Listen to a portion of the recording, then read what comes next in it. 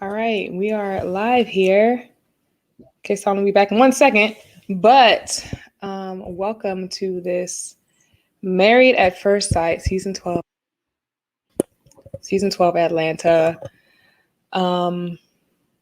review, episode number 8. Say hello if you've joined. Welcome everyone.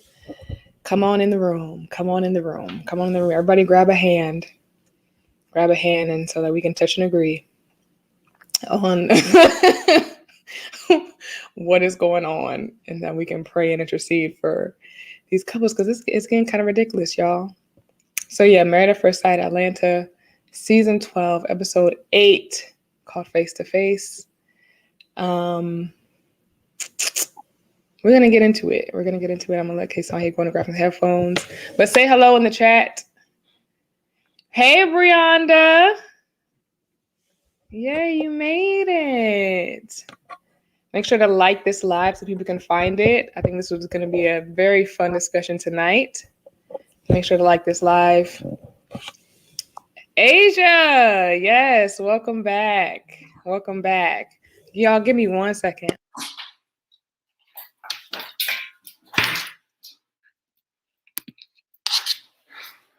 EOLC.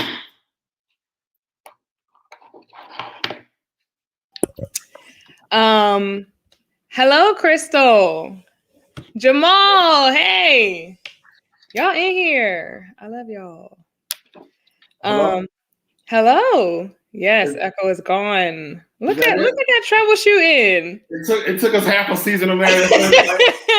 It's only about a third. So, but live from Married at First Sight, live from Tyler Perry Studios, we are here. Live from Tyler Perry Studios, we're here with this review. I am so excited. I don't know if I'm so excited about this episode, but we're just gonna do a little bit of housekeeping before we get into it all.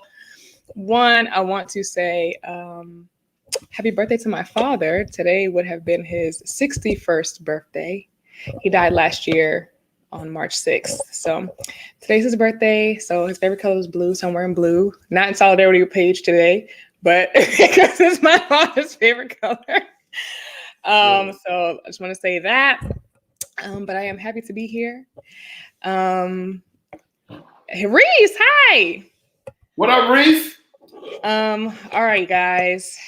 Oh, also, before we get started, I wanted to, Kasaun, how many people hit your DMs about the information last week? Oh, we had a time. Where's Danielle at? We had a time. I want to thank the entire staff of the EOLC. You guys did your good work last week and sent around all the links and videos I need. Oh man! I was scared I wasn't gonna find it at first. I couldn't find the picture and the stuff, and I was like, no. And then I found it on Reddit, and I was like, yes, I found it. Oh, listen, the EOLC. Yo, what up, Christy? Hi, Reggie. Yo. So the EOLC did such a good job that by the time you sent me the link to his first fiance doing that conference, I was already 20 minutes into that video watching it already. Oh, they already knew. Yo, listen.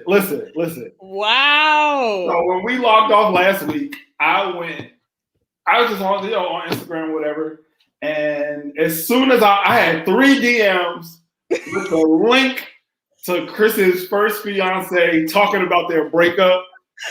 They had her social security number, what church she went to. So you should have sent it to me. I was already, by the time you sent me the link, I said the EOLC already took care of it. Yo, you were late, fam. You are late. I love y'all. Somebody actually, Damien, he doesn't watch live, but he watches like during the week, and he always comments, and he DM'd me like 30 minutes ago, like, okay, who was it again?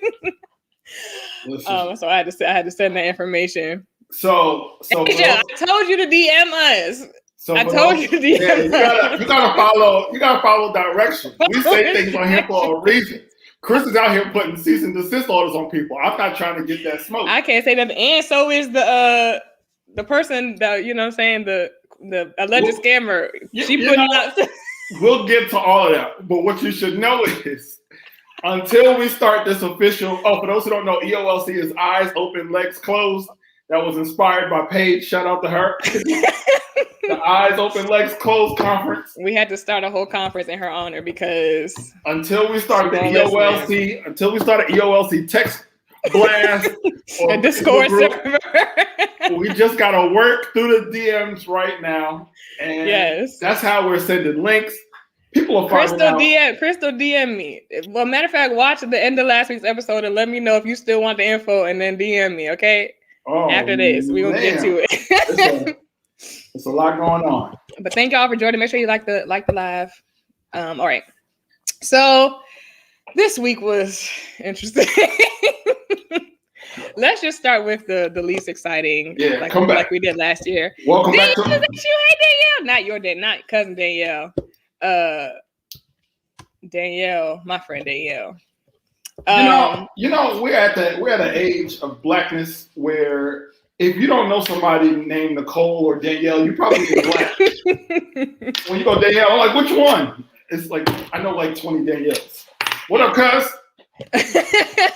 you know Danielle too. I'm sure you do. Anyway, so we'll go ahead and start off with Claire and Ryan again because I didn't get nothing from them. Really? You got nothing? Not nothing, but like, okay, like we get it. You want to have sex really bad. I get it. Okay, I know. We all like calm down. But what surprised me, so Claire and Ryan, for those who are just watching, just to be watching like Reggie, Claire and Ryan, Claire and Ryan are the interracial couple. I don't really feel we are episode 8 right now, so I ain't putting up no more pictures. Y'all know who these people are. If not, go back and watch the other episodes. That's crazy. So, okay. Claire and Ryan, they are, in my opinion, very well matched, doing generally well. Last week, Ryan was saying that he wants to take it slow, get to know her, of course, before they're fully intimate. They're physical in some way. They just haven't. Hold on, wait. Before you say that, listen, Fly Science, you ain't gonna come in here and change this conference now. I didn't even see that. Now, come on now. Brianda, where is it? Listen. Legs open, eyes closed that's how Paige got in this. That's how Paige got in this predicament in the first place. That's how it's supposed to go down. Legs open, eyes closed. What is going on over there? See, the thing about Fly Size, I know her personally. She ain't down with the marriages, okay? She called me and stressed me out a few days ago. About the couples? Yes. Oh. So I sent her the link, told her to come on here and what is it? Air her grievances. But what you talking about? Already? Because okay.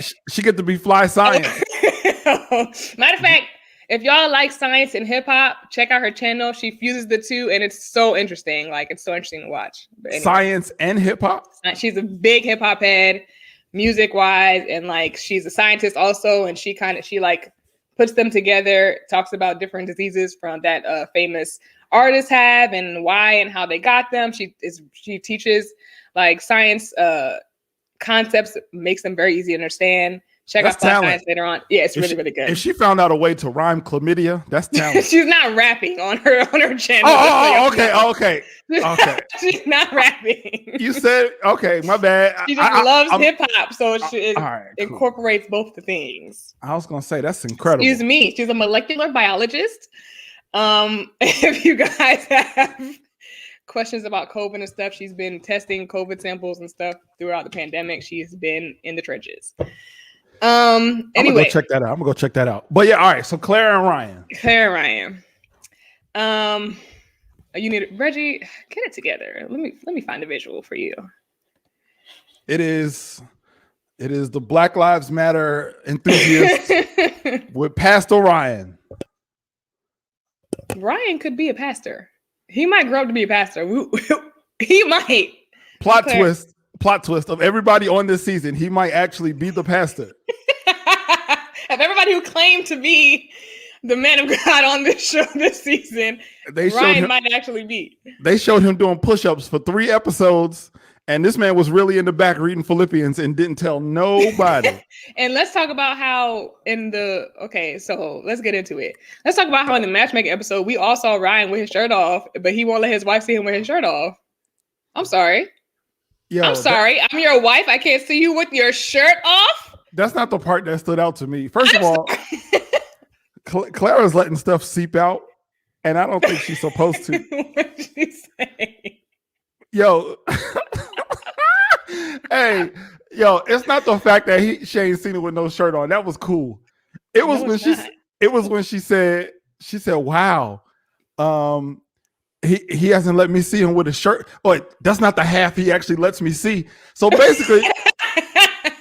basically what she's saying is he's walking around the house like Winnie the Pooh with a full turtleneck and no drawers on, and it was very. Is that what's going on, Christy? Because that's what she said. Right. That's essentially. She kept saying it like we keep doing. She hit him with the. This is how I know Clara been around black people. Because yesterday she said, "Wow, that's crazy." I was like, she has been to a Black Lives Matter rally. It's no Southern Caucasian woman says that without influence. Right. Hey, George. Happy to see you in here. All right. So, yeah, I think he actually, I think he does. I think he returns the favor because I feel like we would have heard about that if he did it, and I think he does. But I also thought they had sex, so I could be wrong. I don't know what's going on, but she says she falls hard and she feels like they're emotionally connected. But the thing is, like, you already told us, Danielle. Did you switch accounts? You already told us that. Oh, I didn't know we was doing. I didn't know we was doing multiple accounts on here. Look, bring up the views. Okay, sure. But hit that like button. Yes, Reggie. He's black. He's actually Creole. His parents are Creole. We found that out earlier on. Which is essentially black with Zatarans. Right.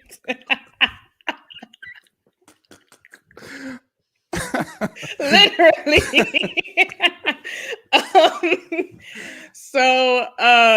She said instead of Lowry's, it's just Creole season. That makes complete sense. Matter of fact, so while we're here, because I don't really have too many notes on Clara and Ryan specifically, except for when the guys were meeting and the girls were meeting, Clara literally said, I want to, take care of my heart. I don't want to fall too fast. So why sex makes you fall faster? Like, calm down. Do you want to take your time or not? You know what's crazy about this show? Y'all are funny. The chat is one of my favorite parts about this whole thing. Yo, I'll be forgetting to talk just because I'm reading the chat. So we've been watching this show, Dirty Rice. See? First of all, Crystal, don't even. I know you new here. Here we go. God, Crystal, you new here. Don't worry about what Chad got going on. See y'all next week. No, don't worry about what Chad got going on. Don't worry about that, okay? We already know. This whole YouTube channel is a Chad fan page, so I'm just here to talk about the other 4 couples while she talks about Chad. And you know what I'm saying? Word on the street is he got married on all of us. So, allegedly. On all of us. What? On all of us that was noticing him on the show. The thing is, he hadn't showed up for like 3 episodes. And here go Crystal talking about his brother. So you're saying that he's obviously a notable character, okay? So don't try to blame me like I was doing the most. Crystal, we made it one entire week without mentioning Chad. And here you go, bringing it up this light-skinned man again.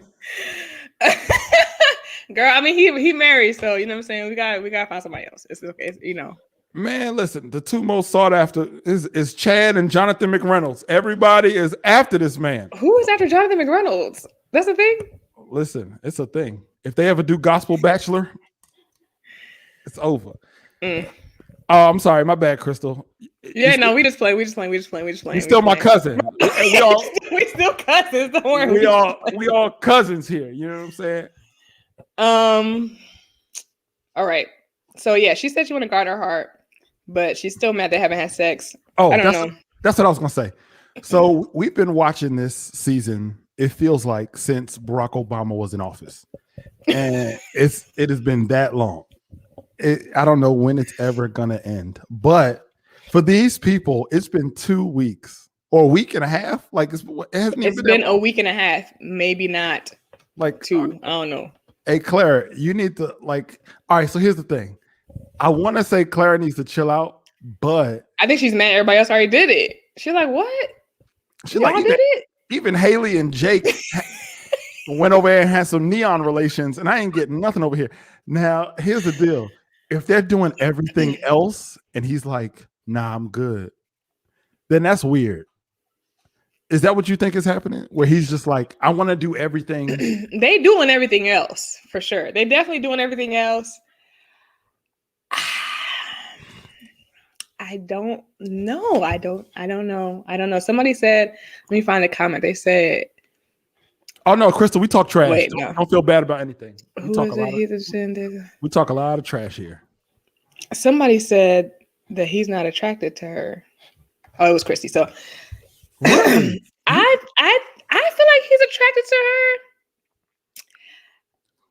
Wow. But he's also he's more conservative than the RNC apparently.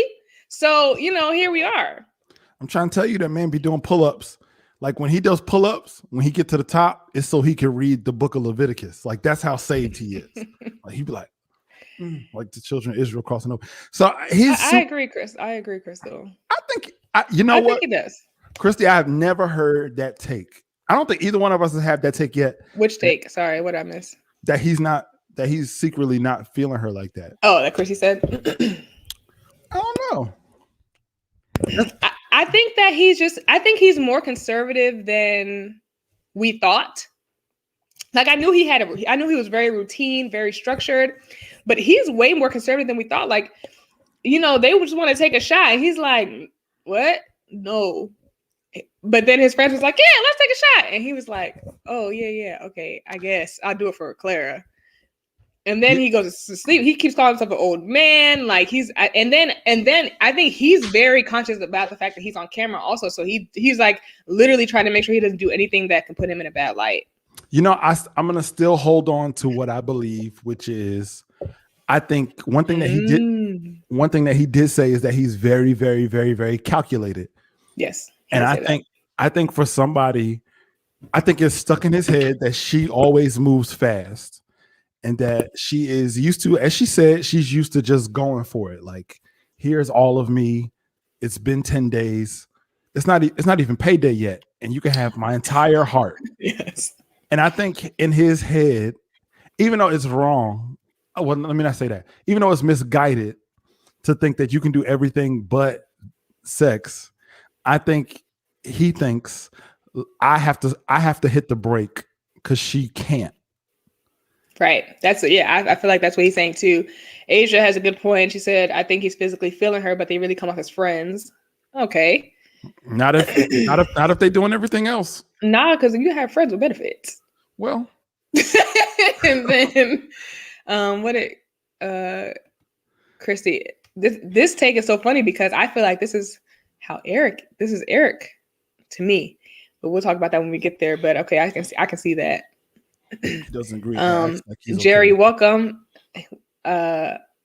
Oh, see, why y'all got to do this, man? Who was saying that about my? Who was saying that? Go ahead, say your brother-in-law. Go ahead, say your brother-in-law. So I can leave. Say your brother-in-law so I can leave right now.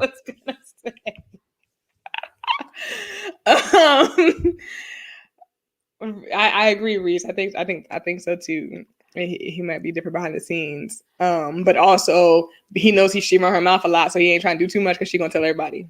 Yo, listen, she could not every single episode, she's like, now listen, I know I shouldn't be saying it. He doesn't want me to say this, but and she absolutely says it. Uh-oh, I can't hear you. Oh, I was on mute. My bad. Oh, there you go. But I'm like, are you gonna keep any of the secrets of the marriage, or no? Okay. She'd be ready to go. He'd be like, yeah, don't tell us about our sex life. And she'd be like, now he told me not to tell y'all about our sex life, you know, but I wish we could have sex. It's like you literally are doing it. You don't know how to follow instructions. All right. So, y'all had some good points in the comments. I don't really have much else to say about that's talking is basically the only way she can let it out at this point. She don't know what else to do. She telling everybody, she telling the producers, she telling her Uber driver, she is ready to go. And so I'm gonna talk about the guys, the little meeting, the guys and the girls. Matter of fact, so apparently all the guys think that the women are alcoholics. We thought it was just Virginia. Apparently Haley is drunker number 2. And we didn't know. She be throwing them back. We're gonna go to Haley and Jacob. So apparently Haley drinks just as much as her comrade. And at the meeting with the girls and the guys, when the guys met and the girls met, she said for the first time in my hearing that she likes him. I said, oh. You really believe this? I don't. Okay. But she said it out loud. She has not said it out loud ever. Oh.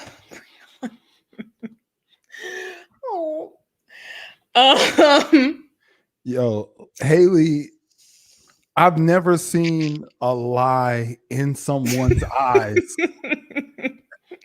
Like every time she talks, I'm like, that is a lie. She be looking like a deer in headlights all the time. It takes a special person to make Chris the second biggest liar of the season. Like she just be lying. She'd be like, I really want this to work. And no, I really do like her. She don't be blinking. I'm like, she does not blink at all. That's no, I really she doesn't blink. I'm really excited about starting over because I really think we can make it. And she has this weird smile on her face. It's like she doesn't have any hope in her throat or her cheekbones. Like you can clearly tell. And I heard cheekbones. She chose all the hopeful words, but like she just literally cannot produce any sincere inkling that she really cares. And it was, if you know who knew it, it was her. Well, we'll get to it. Well, her friend was like her real friend, her only real friend that exists in this earth is that girl. Because the rest of her friends are trash. Even the other girl she invited to her house, that girl ain't her friend either. It's only that one girl she got as her friend. Because the rest of them is trash. They were like, yeah, girl, we surprised that you got married before us. I was like, nah, see, you need to get rid of them. We thought you was going to be single till death. Like, jeez. Hey, you know why that's so messed up? That statement came directly after the biggest announcement of her life that she was getting. She was like, hey, guys, I'm getting married at first sight. And they were like, oh, wow, we thought you was going to die before you found somebody. We all thought we would find somebody before you. Oh no, they all married. Don't forget, she's been in all their weddings. And to be honest, that's all. Haley said it. I'm glad she said it. I'm so glad she said it herself. Once she got into the marriage, it was overwhelming. Why? Because all she ever wanted was a wedding. I was just about to bring that up. She literally said the excitement of the wedding wore off. And I was like, that's what Kasaun has said. That's all she wanted was to be a bride. She was tired of being everybody else's bridesmaid. She wanted to have her own moment. She had the moment. And then she was like, whoa, all right. And then the dude came home and she was like, hold on. And now she's stuck. Acting like she's really giving her all. I'm giving everything that I have. Like, no, you're not. Stop. I completely agree, Jamal. The friends are the real therapists. Like they are like giving the real advice that we all need to hear. They're all saying the same thing. They're all saying the same thing. This is the best season of Friends that MAFS has. Yo, these people are sober minded and giving great advice. And while we're on the subject, can somebody please go knock on Dr. Pepper's door and make sure she's okay? Has anybody seen her at all? I haven't seen. She's too busy online fighting with Chris. So. And now she got to fight Shanice. But and now she fighting Shanice. And Shanice know how to fight, I'm sure. Shanice ain't playing. But I think, well, let me say this. To Haley's point, because I can say a whole lot about Haley. I got to say this about Jacob. Jacob doesn't get context clues. Yeah. His friend said that too. I mean, literally his ability to understand when a conversation is supposed to open up is completely gone. Haley even tried. I will give this to her. She tried when she was like, hey, you want to go sit on the couch and talk? And see, like, first you said she's not trying. Now you say she's trying. Which one is it? No. Listen. I said she tried one time. On camera, she tried one time. She was like, let's sit down and have a talk. And he was like, and they sat down and she was like, so tell me why you are the way you are. And he was like, I don't know. A house. And that was it. Yep. I'm like, oh, come on, man. You got to say something, please. Please say something else because you are not making any points. But he a grown man though, because look, he like, I don't take no hints. You gotta tell me give it to me straight. I'm not about to be guessing with you. What is it? What is it? What is not? The only time he's not in the 80s is when he's confrontational. Other than that, he is Back to the Future. But let me tell you, Jacob is a grown man. He even with her friend, like, hey, I was just thinking, like, is she not even into me? And he looked right at her like, that's a grown man right there. Man, 38, he ain't got no time to play games. He's about to be 40. He's trying to be married and happy. He trying to get a woman on this synthetic beach. He doesn't have time for bikini. He tried. Listen, man. Wait, who is it? Christy, that's interesting you say that because Amelia, Bennett, they were complete weirdos, but they were perfectly matched. So I don't know. I think one hand in my high. Welcome back. Thank you. Do you think Jacob has like social anxiety or something? Like literally something social? I think I said that before. Like I feel like as a kid, like he was like outcasted and he never really got the social skills that he actually needed. And so now that he's older and he done worked out and got into places where he can have a lot of friends, it's like he don't know how to interact with them like that. Yeah, I don't know. Yeah, but I mean, I don't think I agree. She's not weird at all. But I don't think his personality is not good for the show. But it's just he just needed somebody who was complimentary, and she's not. Yo, I said this from the very beginning, from my initial critique. There was something about her that I just wasn't sure about, and she was not ready to be married. She wasn't. Maybe. Do I got anything else on them? Nah, I think that's it. Her friend told her to stick in there and don't give up, which I think is good advice. That's her one friend is great. We all need a friend like her. The other friend was trying to get way too invasive with Jacob. I'm like, first of all, okay, don't be talking to my husband like that. Mind your business. When her two friends came over to the house, one of her friends was asking too many questions, like, okay, girl. But Haley was in there like, yeah, what's the answer? But no, don't be asking my husband all these invasive questions. Okay. You ask me and I'll let you know if I want you to know the answer. Don't talk to him. But Jacob wasn't even answering. He was like, more wine, right? He literally was like, bro, you got to say something. I need you to just say something. Show a pulse of conversation. Please. Yeah, her friend was like, okay, you usually run away. Stop doing that. She was like, "You'll hate yourself if you don't give it a good try," and I agree. I'm over them.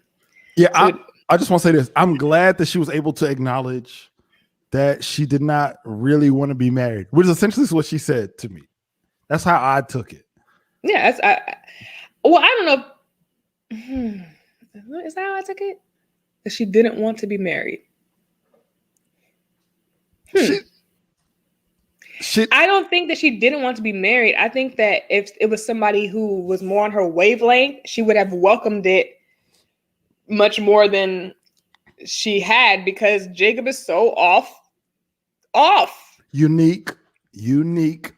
Jacob is so unique. And so if it was somebody who was a little more close to her wave, you know what I'm saying, it'd be all vibes. But right now she's trying to find the vibes. So she ain't trying to find no vibes. Exactly, Brenda. She don't want to be married to him. Okay. But here's the thing about Married at First Sight. You have to be mature and prepared enough to adjust to someone who is not. You got to be ready for the worst. Right. And I feel like the best are, she literally, well, her and someone else saw this person, got an initial view of them, and she has not recovered since. And she shut down on this man, and but still wants to believe that, I don't want to say that she believes she's a victim, but believes that her effort supersedes this idea that she shut down. Like, you shut down on somebody. I mean, I don't think that was, I don't know. I'm not mad. I'm not too mad at her for it. Because he did get a little off the rails. Like, okay, calm down. Don't be yelling all these accusations at me. You don't know me like that. Wait, a few days. I'm glad you said that. Now she's saying she didn't lie. She's been saying she didn't lie the entire time. Do you believe that though? I do. You believe? I believe it was just supposed to be the girls, and then it was probably Eric who came down there to make sure Virginia wasn't drinking too much, and then he was like, "Oh, so the other husband's here too." So you telling me that she knew that she didn't know? I think it probably started off as just girls, and then the husbands got bored and was like, "Where my wife at?" I don't know. I thought that from when she didn't say that she lied last week, I was like, that must have been it. It must have started off like that, and then people just started walking up. I don't believe that. Because what you gonna tell people? No. This is a girls' night. Y'all gotta go. Haley is a mouse. She's not about to say none of that. I think this. I'm gonna tell you. First of all, we're literally assuming that everyone was there. We don't know. Everybody was there. All the husbands, all the producers. Mercedes was there. The baby was there. Deanna and Greg and their new baby was there. We literally just been assuming that the entire world was there. We don't know exactly who was there. No. Because she keeps maintaining that it was a. See, you mean to tell me it was the girls were going to meet up. Then they get downstairs, and the entire cast of Married at First Sight is down there.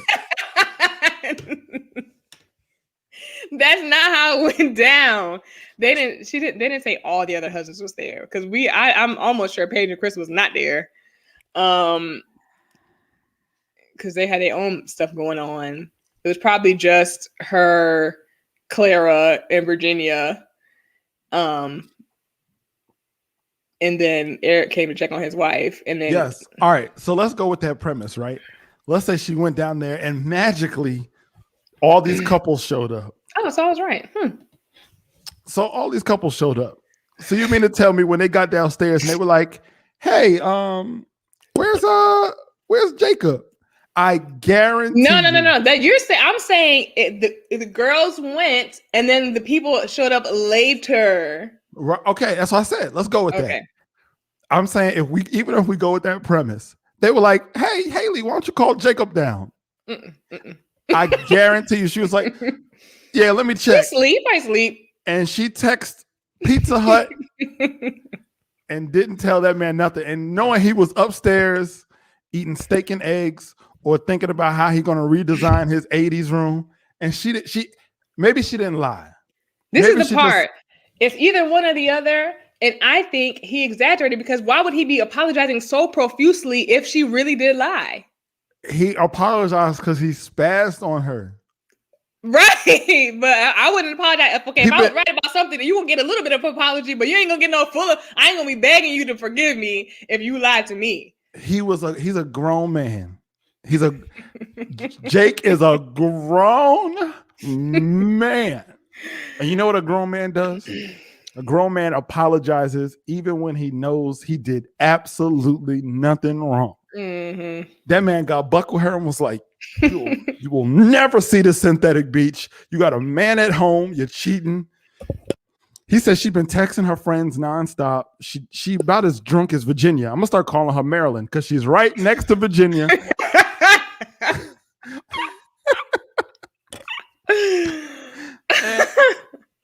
I think she lied. And even if she didn't lie, she certainly withheld information so that he didn't know to come downstairs. But the thing is, okay, so this is me, right? If I plan a girls' night, right? So say me and my friends, we go to the bar. No. Y'all staying in the same hotel. Don't make this out to be no. See, I see what you're trying to do. These are not plans that you and your girlfriends decided to do. You put on some Nike flip-flops. No, she got dressed to go down to the bar at the resort. That's fine. But everybody's in the same hotel. Don't make it out to be that we all just made all these plans and all this stuff just happened. These people are 2 doors down from each other. Look, me and my friends went down to the bar at the resort. We hanging out. We having a good time. Her husband wanted to go down. They was texting each other because they ain't texting Jacob because they're not friends with him. They texting each other like, hey. And Haley's not friends with him either. That's why she ain't texting. Exactly. It all happened and she wasn't about to add to the confusion, okay? She didn't want to kill the vibes. All right. I have 3 theories every week. My first theory, I think Haley deleted Jacob's number out of her phone as soon as they rolled over after having sex that one time. I think when she got sober, she was like, nah, this ain't it, champ. And it's over. Let's cut the decision day. It's over.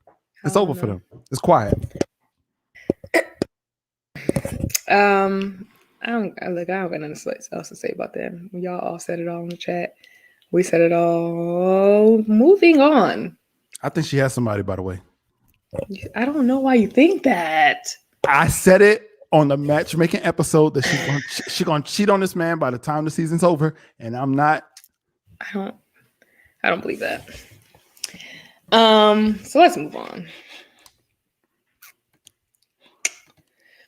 Y'all just be breaking up with people because all right, anyway, that's a whole Pandora's box. Because y'all just be anyway.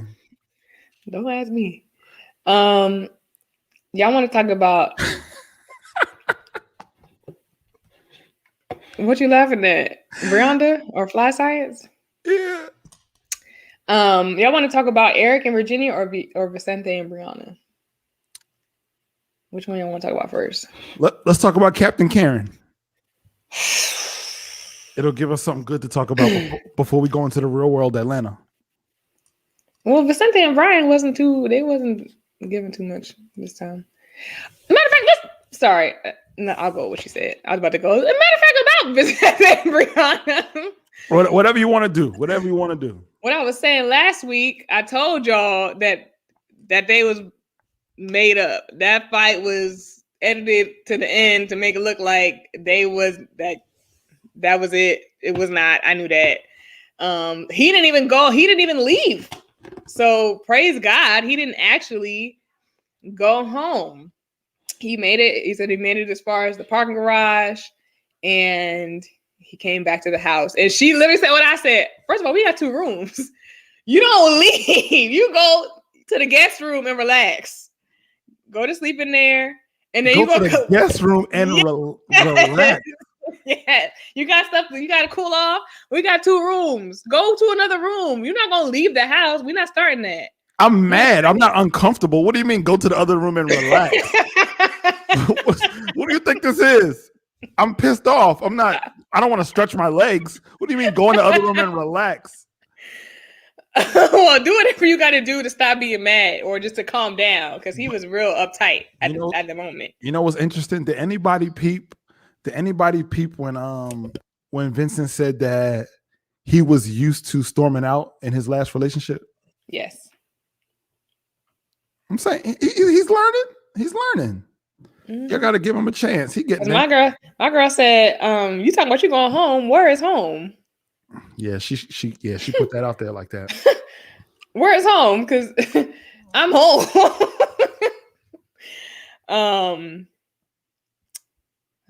So Brianna Vicente, I knew they made up. I didn't leave, blah blah.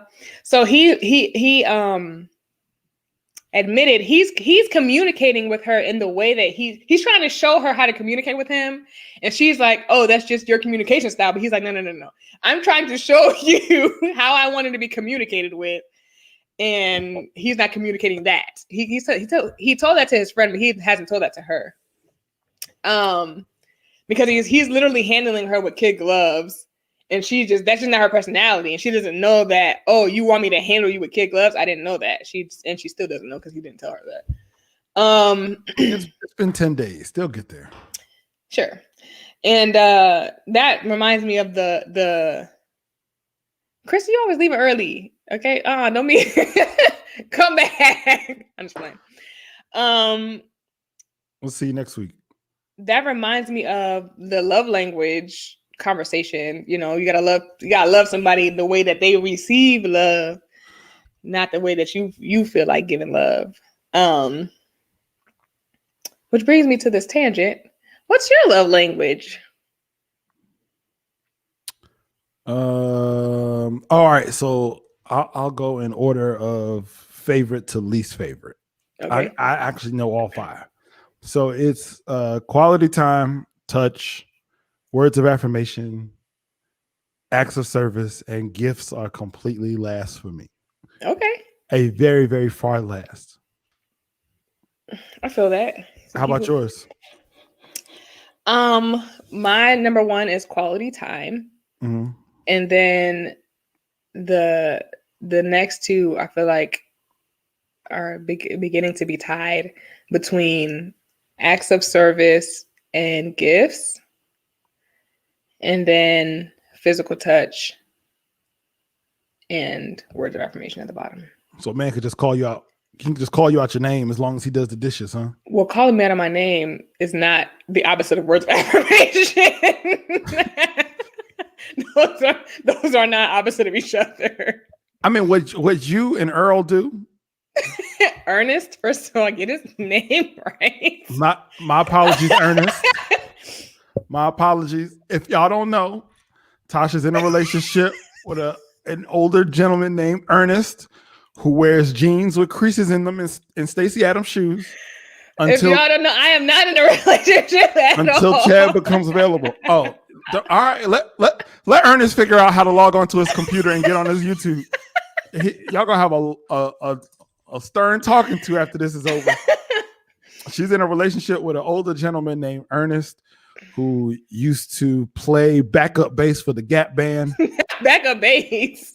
Yeah, he wasn't the regular bass, but when they needed someone to spot the tours, he would come on tour with the Gap band. That's why he's really... Thank you, AJ. See, the people who've been here, y'all act...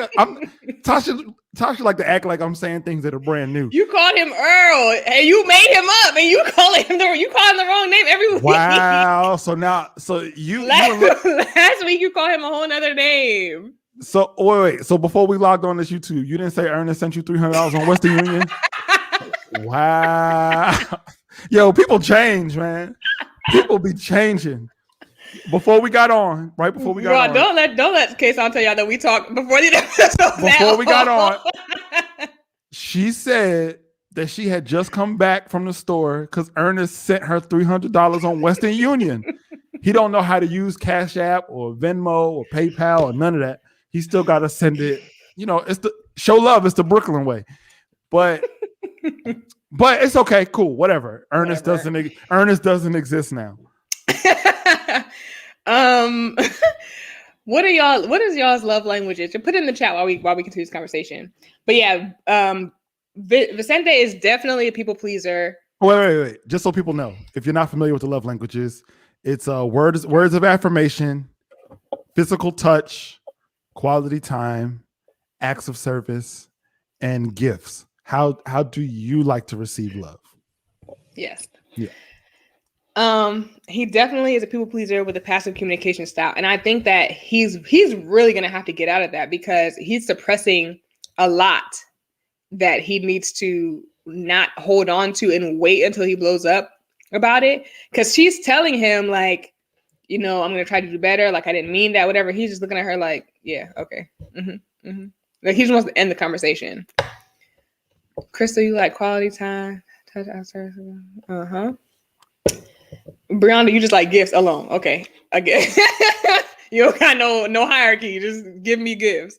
You don't even want to talk to that man. You don't even want to spend no time with him or nothing. You know what's funny? She actually probably don't. That's her personality.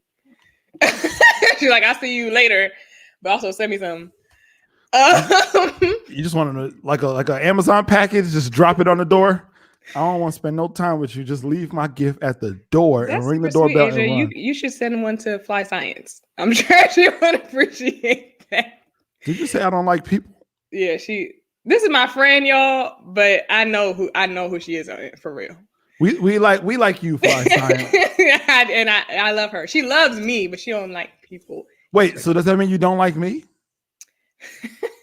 Is it like a default where you don't like people until you decide that you like them, like you're guilty until proven innocent? I need to know. You know what I'm saying? It's just anyway. And so Vicente is not an orphan. We found that out. His mom showed up. So he's not an orphan. He also has a brother, but apparently I guess they lived somewhere else that couldn't make it to the wedding. So that was nice to know. But Vincent's friend was all of us at their little lunch, dinner, or whatever. He's telling him what happened. Thank you. And thank you, BM. Oh, you're talking about her. Oh. No, I'm joking. I'm trying something new. He's literally telling him the situation that happened with him and Brianna, and the friend is literally laughing at him, and he's like, "You left because of that?" I'm like, "Thank you. You are the entirety of America. Thank you for speaking for all of us." But he gave him some really great advice. His friend was A1. Yeah, his friend was A1 on the advice. Dear experts, that's what you should have been saying. Can we just get one expert to use that script and just say that? What's funny that you mentioned that.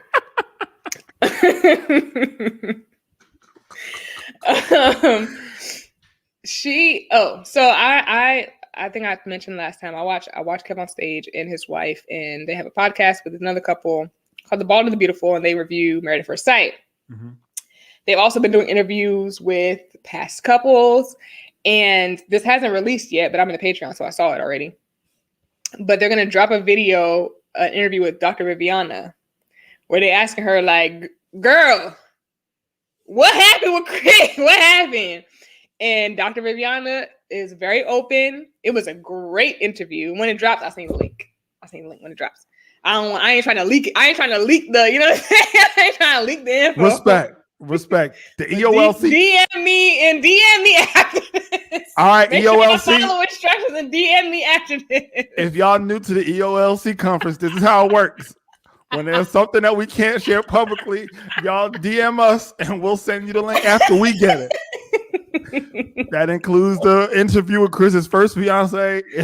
It includes his second fiance's personal info. It's all on the chat somewhere. Yeah, send me a DM if you really, really want. I send the link. It's gonna come out. It's probably gonna come out tomorrow, probably. But it was a great interview with Dr. Viviana. She's very open about what happened with Chris. She talks a lot about a lot of the stuff that I mentioned about Chris and Paige, which I'm like, oh, I should be an expert because I was right on the money. I mean, you can't do any worse. Brianna, stop. Oh, Lord. Stop it. And it was a great interview. It was great. And so She talks about Chris and Paige. She talks about how he got on the show. She talks about Chris and Paige's matching. She talks about did she apologize? She talks about people in relationships when they're with emotionally abusive people and the science behind that. She's very open. It's a great interview. If you guys saw the interview with Keith, it's not like that. Keith was talking around circles. Dr. Viviana was just talking.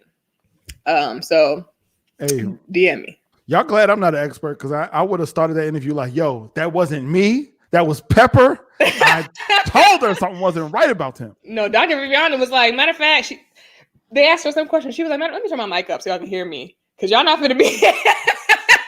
That was like, ooh. But it was a great interview.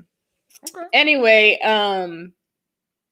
but so Brianna and Vincent's, Brianna's mom and her sister came over, and Vicente's mom and his brother came over. They played a game.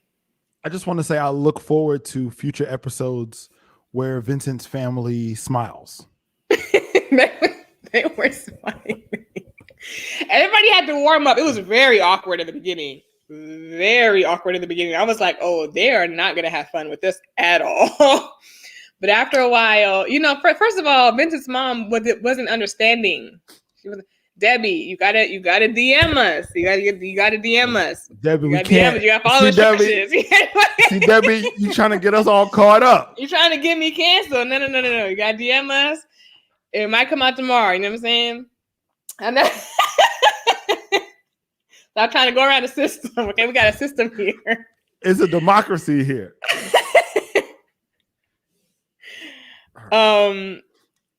Nah, never this bad. The experts have never been this bad. And what I was trying to say, what I meant to say after explaining all of that, was that Dr. Viviana was saying they were talking to them the entire time, but they just didn't put it in the episodes. And they be talking to them like every other day, but they just don't put it in the episodes. That's not too bright. And then and then she was saying that, what's going on here? Then she was saying that when they do meet with them, she was like, when she does their in the face consultation, she's like, they be there for like three hours meeting with one couple. It don't be quick at all, but they literally edit it down to what 8-10 minutes for TV. But she's like, no, we actually do real counseling and stuff. And she's like, I'm a therapist. I literally do real therapy, relational therapy. While I'm there, the producers just let me do it. They just don't show it. That's why Vincent felt so comfortable storming out the house, because he was like, "Oh, they still over there with Paige and Chris. They probably took 8 hours over there." He was like, "I got time to be pissed off. Come back, eat, take a nap. We good." You're right. So, what else about Brown and Vicente? They played the game. His family warmed up. Like I was just about to say, his mom she wasn't comprehending. No entiendo. No comprendo. No comprendo. We're just joking, Debbie. We're just joking. Yeah, Debbie. I'm totally joking. I'm not making a joke about this. I really do mean this when I say this. And maybe this is the way it was edited, but it feels like what brought them all together was that taco. Yeah. Everybody was quiet and awkward. She's like, "Ooh, this is very good." Once the taco came out, they weren't even speaking English until that taco came out. I was like, "Oh, okay." That taco brought out some things. It brought the happy out of everybody. Apparently, Brianna can cook. That's great. No. Apparently, Brianna cannot cook, because her mother was like, "Okay," and I was like, "No, that's not what you say to somebody who has consistently cooked over time. That's something that you say to somebody who is trash in the kitchen and has shown some sort of improvement." She said her mom ate that taco. She said, "Okay." I said, "Oh, she must. That ain't it." But she did good. It might have been a little racist that she felt she needed to cook tacos for his family, but you know what I'm saying? We never talk about that. I'm playing. Everybody had tacos. But I know she felt extra pressure to get them right. When her mom was eating it, she was over in the corner looking like. Like them tacos was decision day for her family. No, literally. She was like, this is it. If they don't like the tacos, then we're not going to make it as a family. Our families can never mesh together. We're not going to make it. This is the end of us. Her mom was giving her compliments. She was like, shh, shh, shh, shh. Her mom said, bien. She was like, let's play a game. Like, she didn't break that game out until that taco got approval.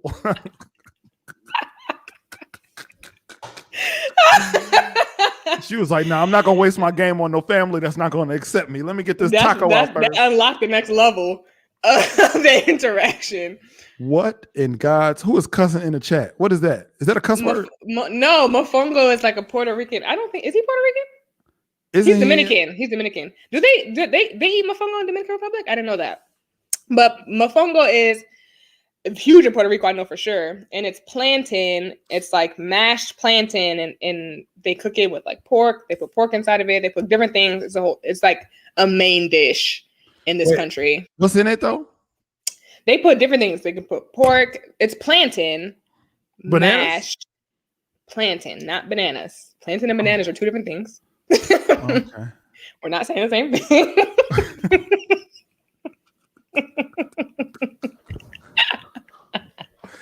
Touche.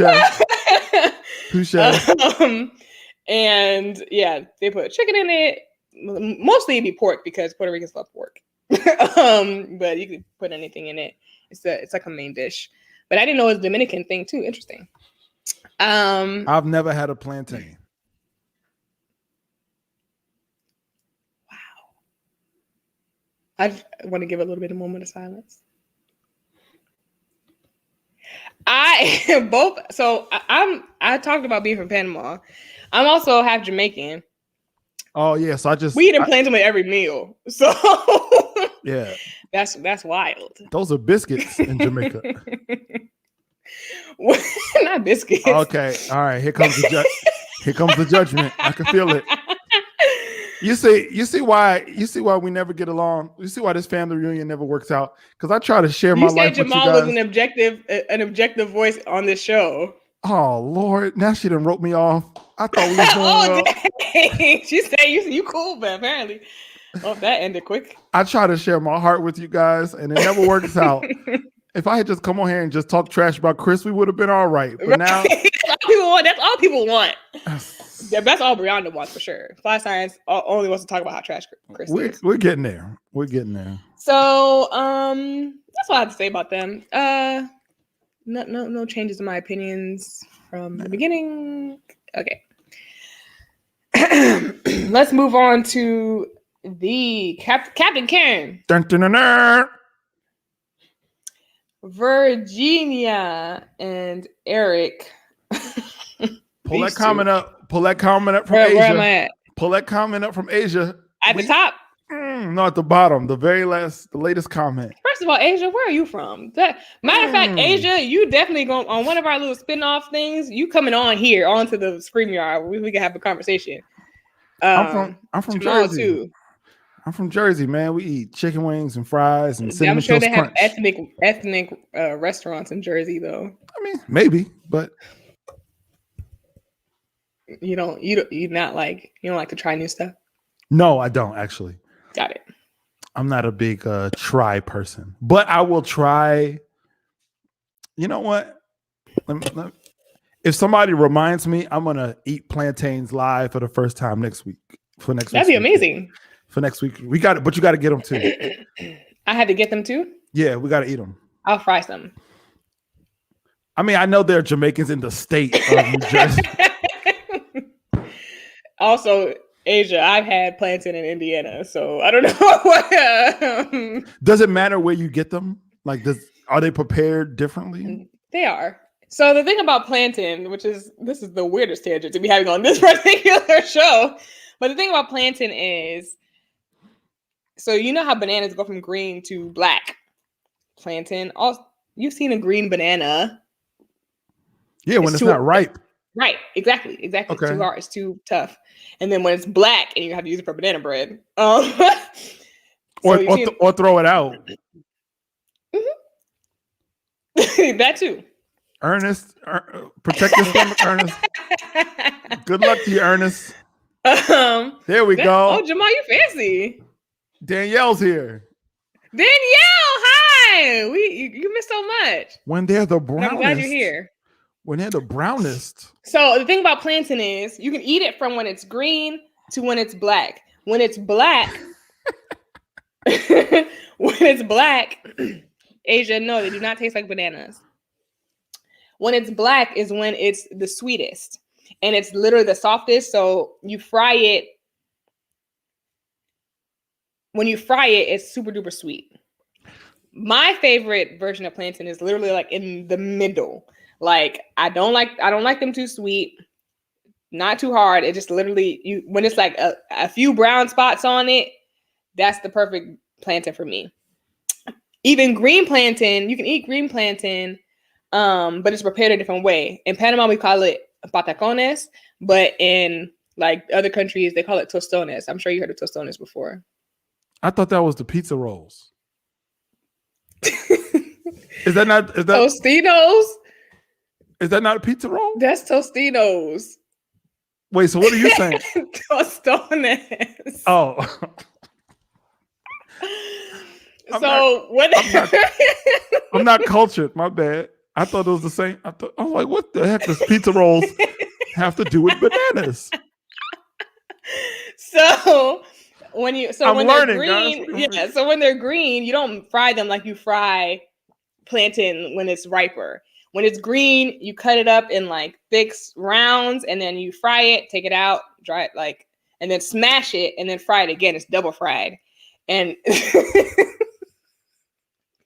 it's like a super quick meal. Like sometimes like my mom will just be like, I just want a plantain and a fried egg. So she'll like fry patacones, fry an egg, and that's a meal. Like, yeah. And that's a meal. She'll make some sausages on the side, like salchichas, and then like that'll be the meal. So there's a lot you can do. You can boil plantain, you can bake plantain. There's a lot you can do with it. And then you can also mash it, make mofongo. Like there's a lot.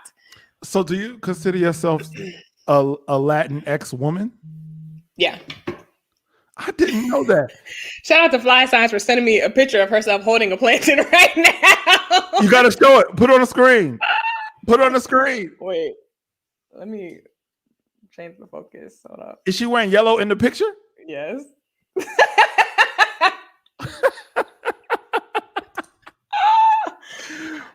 Okay. So let me get this right before we move on. Okay. And get the Captain Karen. So you allow. That hurts my feelings. What did she say? Oh, sheesh. Everybody, we're gonna eat plantains together.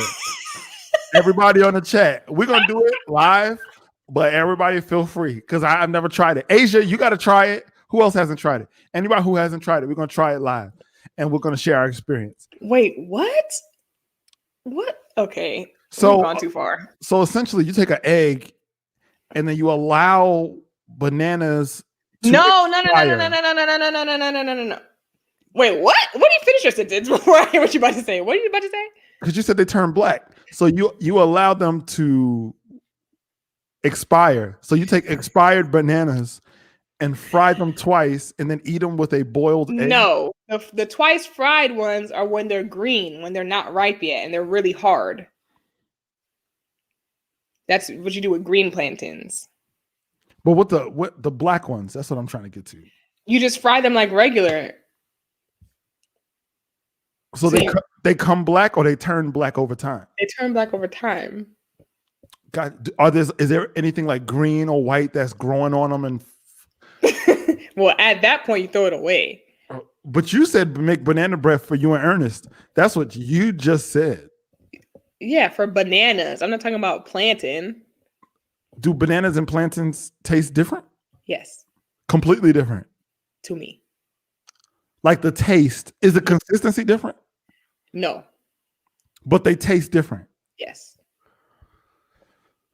All right, we'll see next week. I'm not going to... Whenever I do challenges like this, I genuinely do not try it or do anything. I'm going to find a restaurant in Los Angeles that has fried. They have to be fried. Okay. Plantains.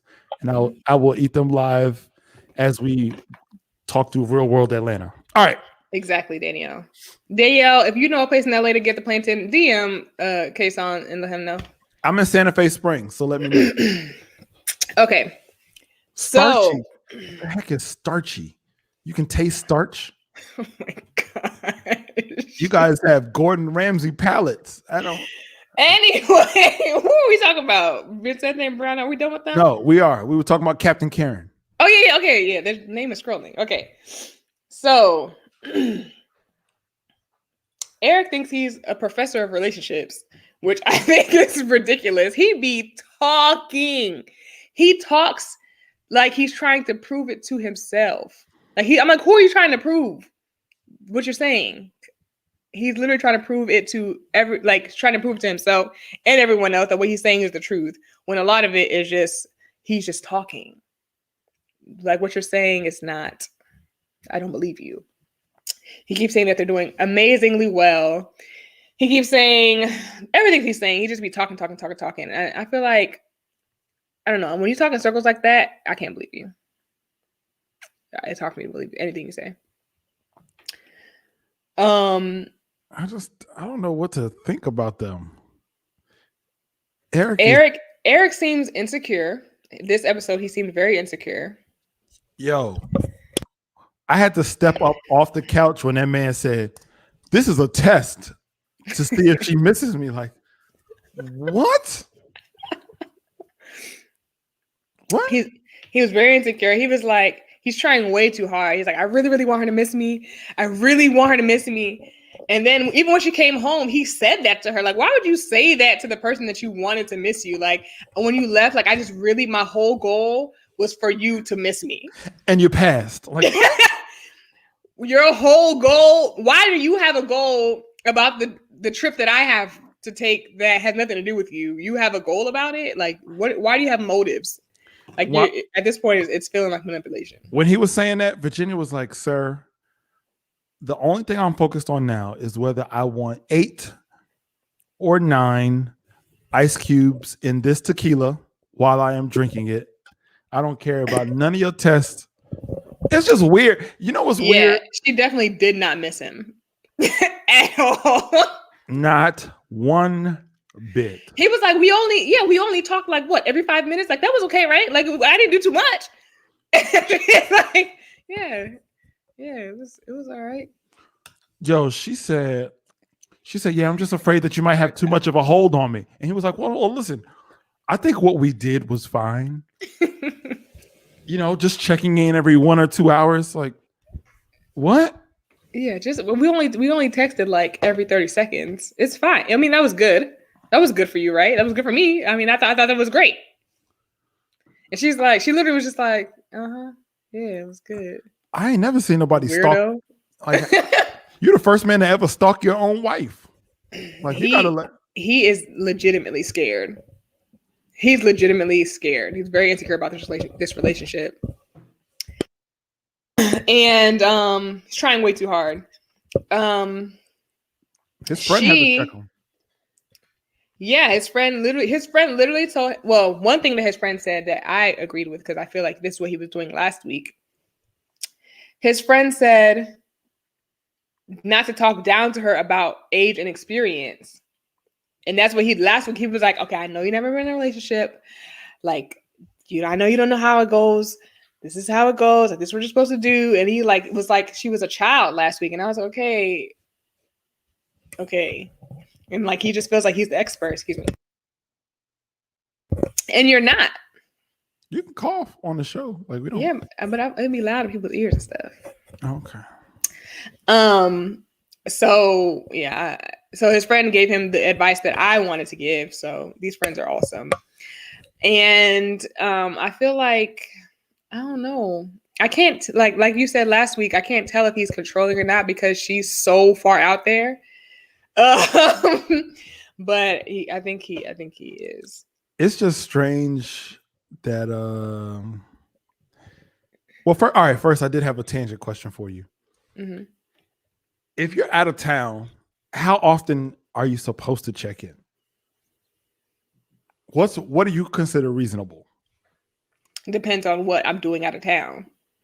So, for example, drinking. Probably. So she went to a wedding, right? If she was in the wedding, depending on what's going on, my attention is supposed to be on the bride. I'm not about to be texting you every 5 minutes. I have duties. Like, you'll be okay for a couple hours. When I get some time, like, then it just depends on what's happening. If you're busy, you're busy. Look, all right, let me just say this. Theory number 2. You know, the issue when you are in a relationship with somebody you don't respect is that generally over time you end up controlling them because you want to enjoy them, but you feel responsible for their maturity. And I that's what I think is happening. Like, I honestly think at least subconsciously, if not consciously, I think that he believes that she's not capable of making good decisions. Mm-hmm. So he feels like he has to compensate with all of these things. Like, she's very honest. Like, listen, the way normal humans are with oxygen, that's how I am with Hennessy. Like, I breathe in Hennessy and I release carbon dioxide. That's how she lives her life. Mm-hmm. And I think he's so uncomfortable with her way of life. But I don't think he can communicate that he doesn't respect her. And I don't mean respect her in terms of like who she is as a person, but I mean just the way she decides to live her life. Yeah. So he's going to end up controlling her over time. You such a kid. You like patting her on the head. I couldn't imagine telling my wife, yo, it's 4:30. I haven't talked to you since I ain't talked to you since 2:15. Where you been? Crystal, I agree. But I agree definitely about the last part. Like, if you like somebody a lot, you love somebody, you be thinking about them, right? So it doesn't even feel like checking in if you actually want to talk to them. She didn't want to talk to him. She wanted to get away for the weekend. No, here's the thing. First of all, she wanted to get away from him and be away from the pressure of this whole idea of like, I can't hang with my friends. I don't even know if anybody got married, to be honest. She ain't come back with no bag or nothing. But anyway,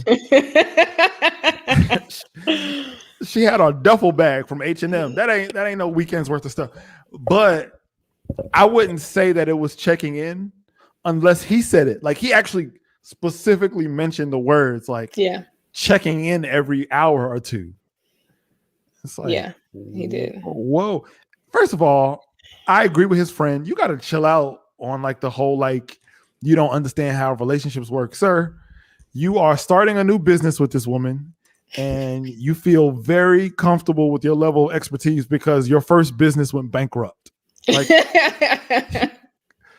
and that's what I said. Like, you can know things about marriage, but that shouldn't supersede the idea that you are creating a marriage with this particular woman. Like, you are a designated driver and you got to live with that, brother. You have to play your role.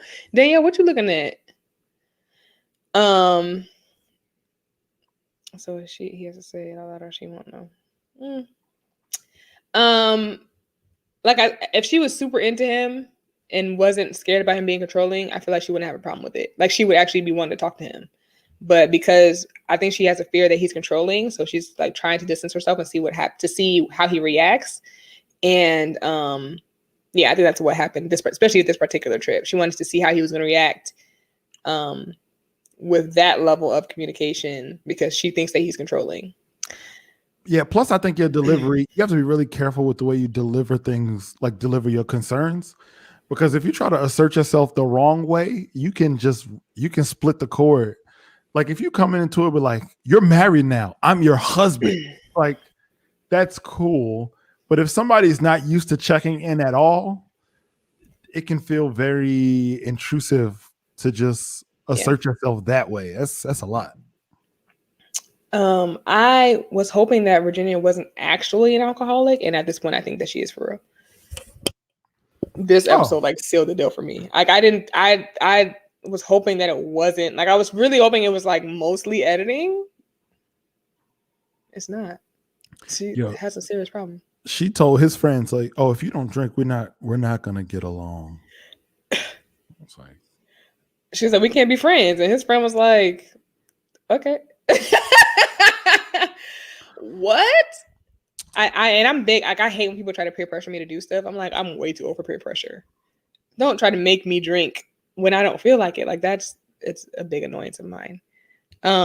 Same thing with Clara, though. Remember, that was something we didn't talk about, Clara and Ryan, where he was reserved in different environments. And I think Eric is going to be the same way. I think they're really similar in that way. Mm-hmm. Yeah. Remember, she's 29. If someone told me to do that, I would think he is controlling. But we now know it's not a sign of controlling. Well, I'm not really sure. I don't know. He might be a little controlling. We just can't really tell because she's the extreme of it. So it's kind of like we kind of side with him because she kind of needs to reel it in, but we can't really tell if it's actual controlling or not. Well, Crystal, I actually agree with you. But for somebody who's 8 years older, I think that makes the point that you should understand. Like he literally said, like, yo, listen, when I was 26, I was doing my thing. So it's like, but if you know that, why would you think that being married to you for 10 days is supposed to alter a reality that she has created for herself for 26 years? Like overnight, somebody's not going to conform to your idea of what marriage looks like. Yeah. So if she's 26, you got to be gentle with the way that you transition into this. And we've been watching for months, but it's been 10 days. You've known it's been months. That's a fact. But you've known her for 10 days. She left for 4 weeks and you're like, this is how we do things. It's like, you got to be a little more, I would imagine it would be more helpful in the long run to be more lenient so you can create a system dynamic that works. Right. You create a dynamic where you're doing it from the concern, not from your assertion that what you think should be done is the way it's done. Like you got time for that, but you haven't built up that kind of rapport. You don't have that kind of cachet yet to just assert yourself into somebody's life and be like, no, men and women cannot be friends. And she's like, well, my best friends are males. He's like, what you want me to do? It's like, well, yeah, you know what I'm saying? As much as she's fitting into your life, you're also fitting into hers. So I hope that there's a little more grace on his end. And I think what his friend said was right. Like, even if you disagree with somebody's way of life, this is your wife now, and that is her way of life. Mm-hmm. And you can try to change somebody with your expectation, but if somebody changes just because that's what you think they should do, you're just marrying the box that you wanted to marry, not the person that you got matched with. And they're gonna resent you, in my opinion. Yeah, I agree with what you're saying. And the last thing you want to do is make her drink to get away from her problems. She might stop drinking to get away from her problems. No, that might be what stops her.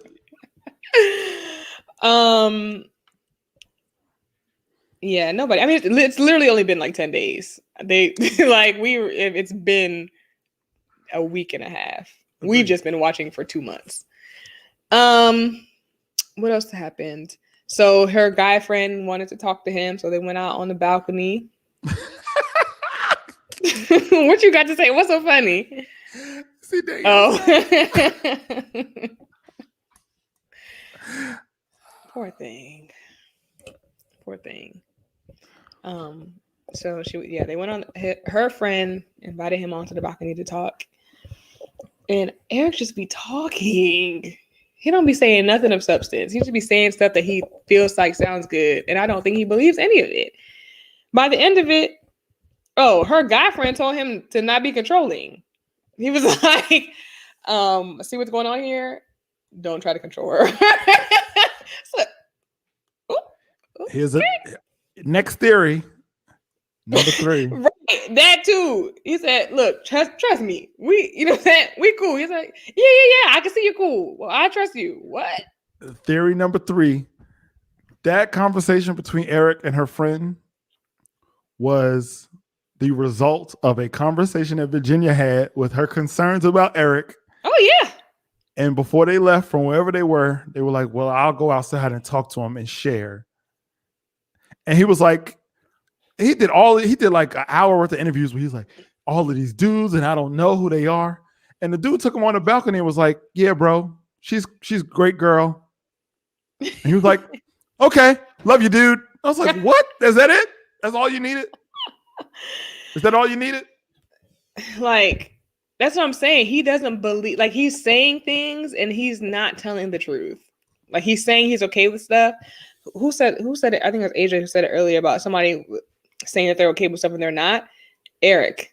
He's just going along with it because he's very insecure right now about the state of him in Virginia. He's not getting the same vibes he was getting earlier.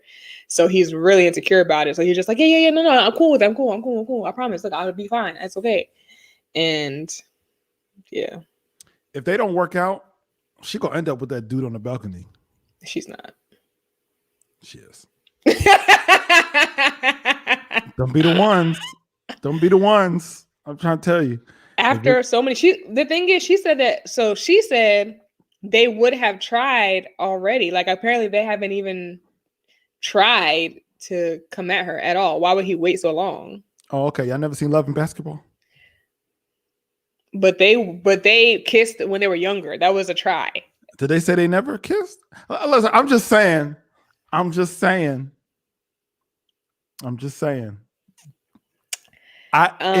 something about that dude specifically where I was like, in 5 years, if an article comes out like, where are they now?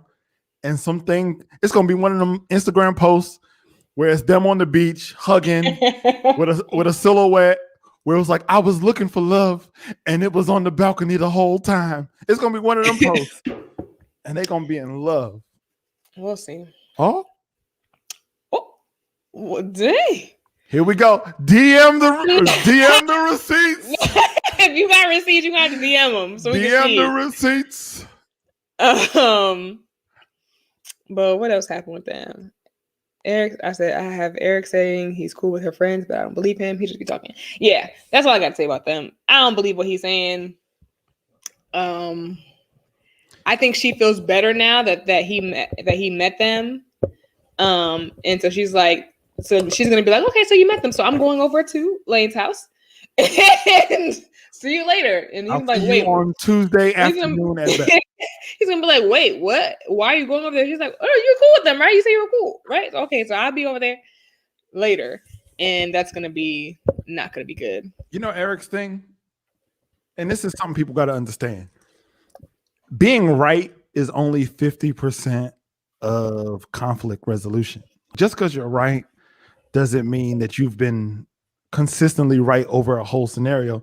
You are very much responsible over how you tell the truth, how you communicate, and protecting the other person's state of mind while you're there. You know what I'm saying? Like, obviously, I think that being drunk on another guy's couch isn't healthy in a marriage long term.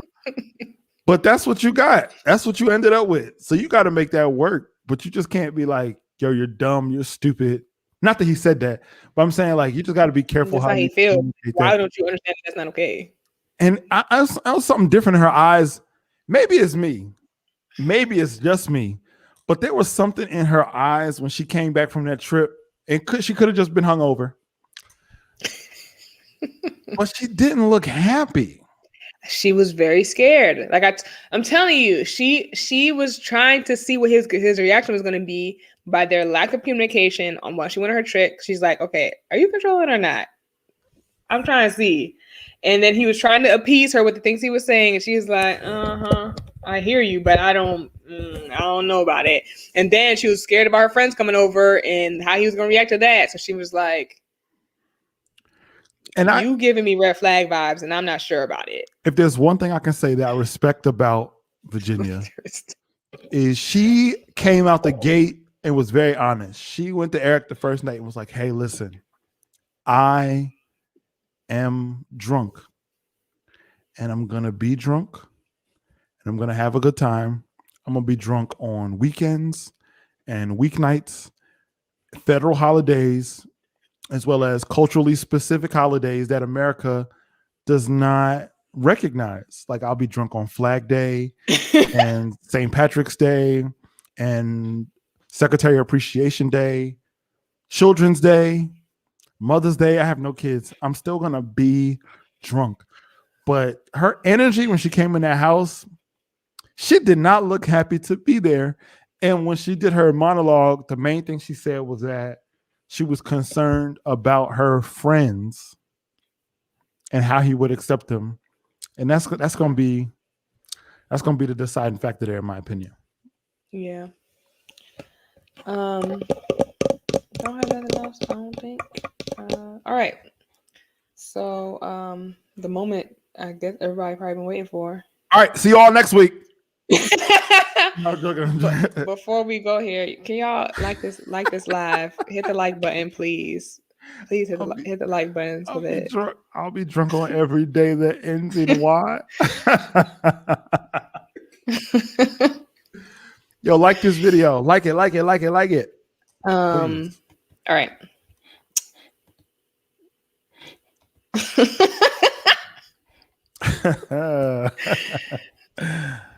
Paige and Chris.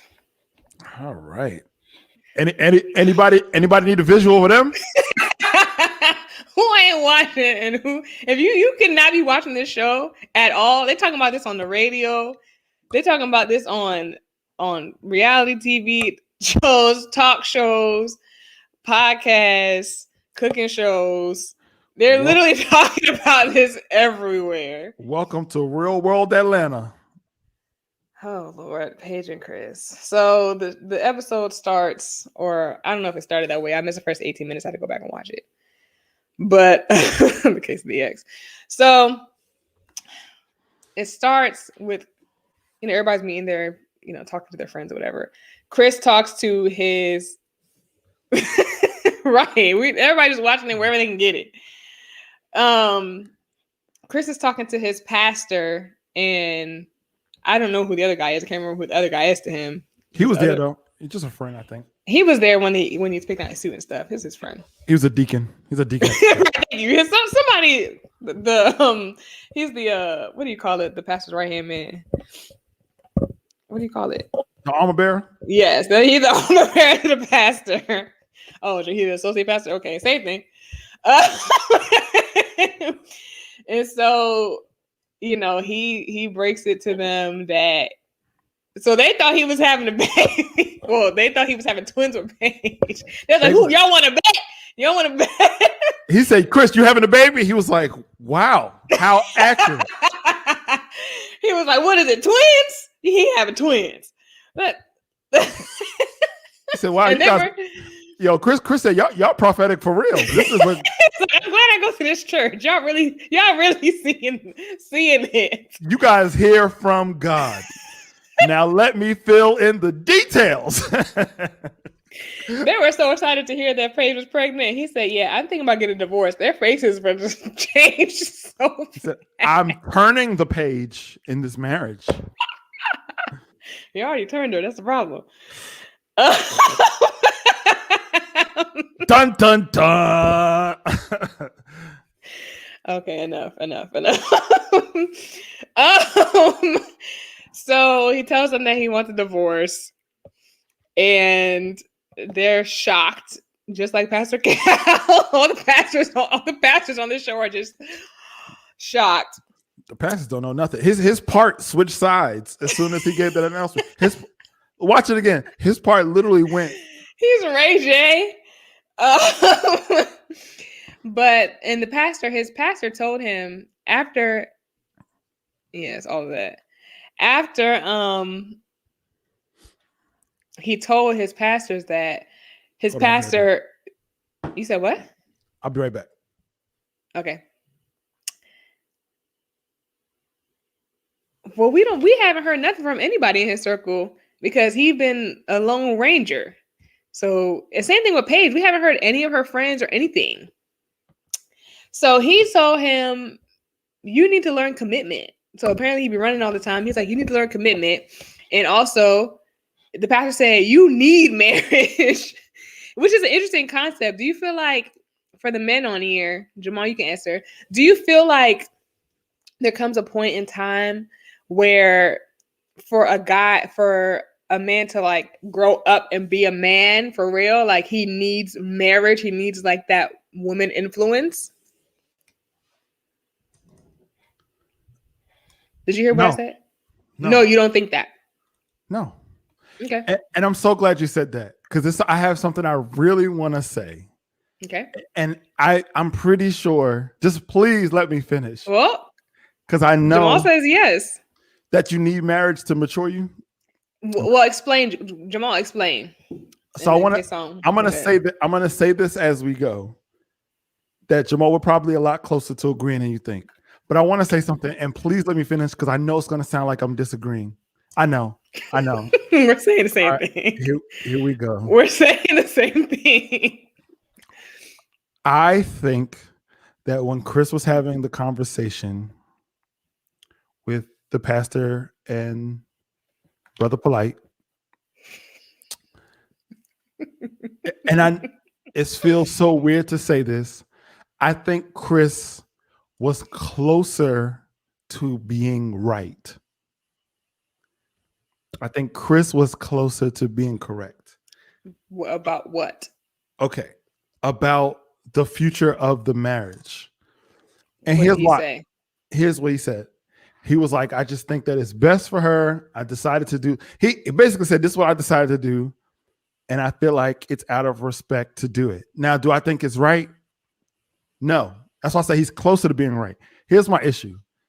What the pastor and Brother Polite what they were trying to tell Chris, which I agree with, is that, like, listen, you got a diamond and that's rare.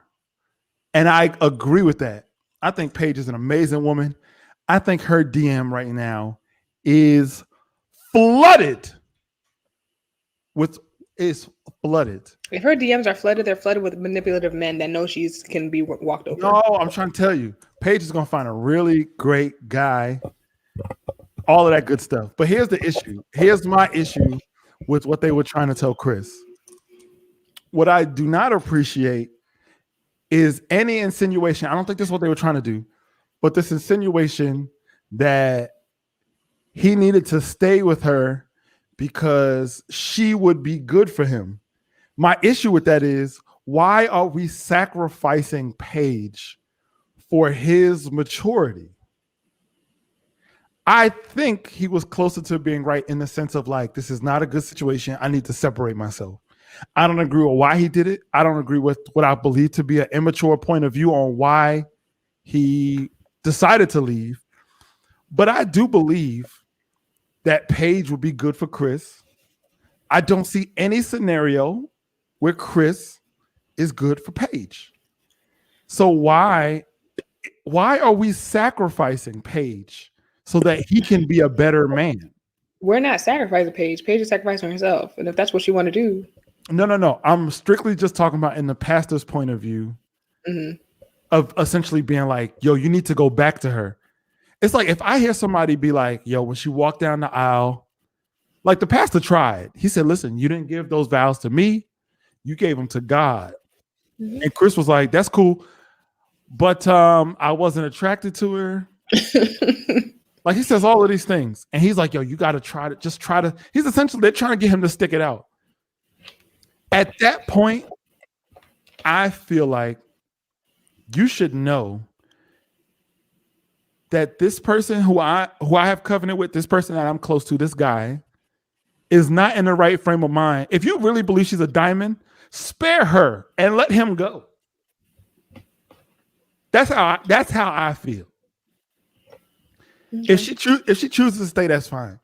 But I feel like as far as advising Chris on what to do, if you know this man is going to ruin this woman, just, you know what? Go ahead. From the pastor's point of view, he only knows the little bit that Chris told him. He doesn't know. He hasn't seen this all this craziness that we saw. That's true, and I do always say that. You're right. He just gave them a quick rundown of what happened. He left out tons of details, and they're like, "What? You give us a good try. why would you not give this a good try? They didn't see all the manipulation that he was doing and all that stuff. So, they're only speaking from, the information they have, which from the information they have, it was good advice, I guess. But it was enough for them to know that he had gotten his girl pregnant when the process started.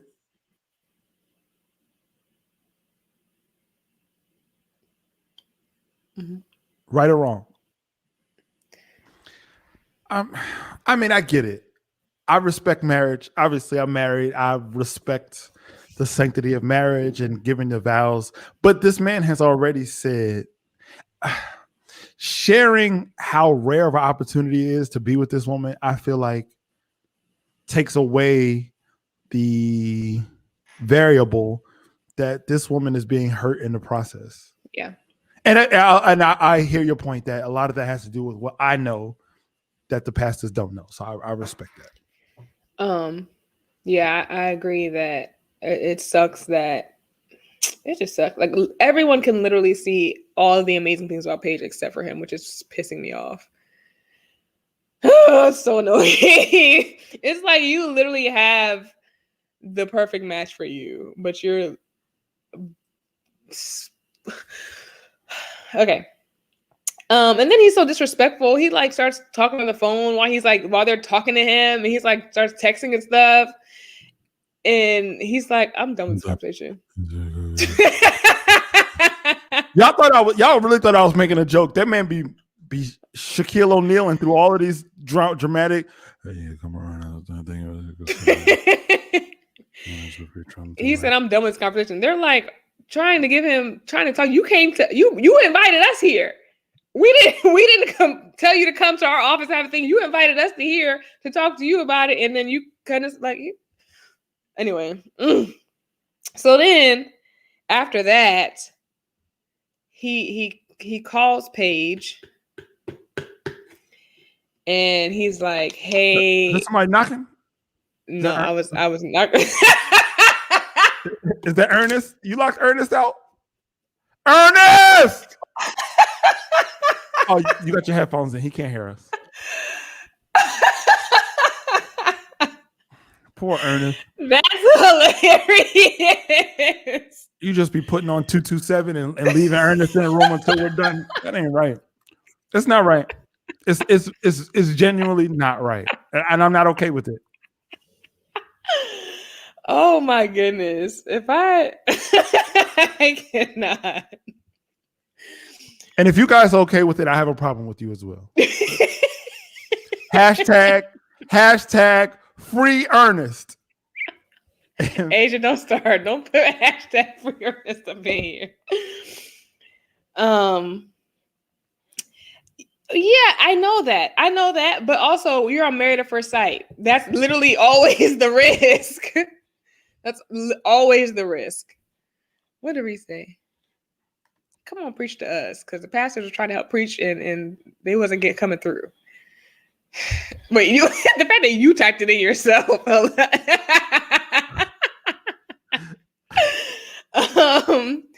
Okay. So he calls Paige, and he's like, I, want to meet up.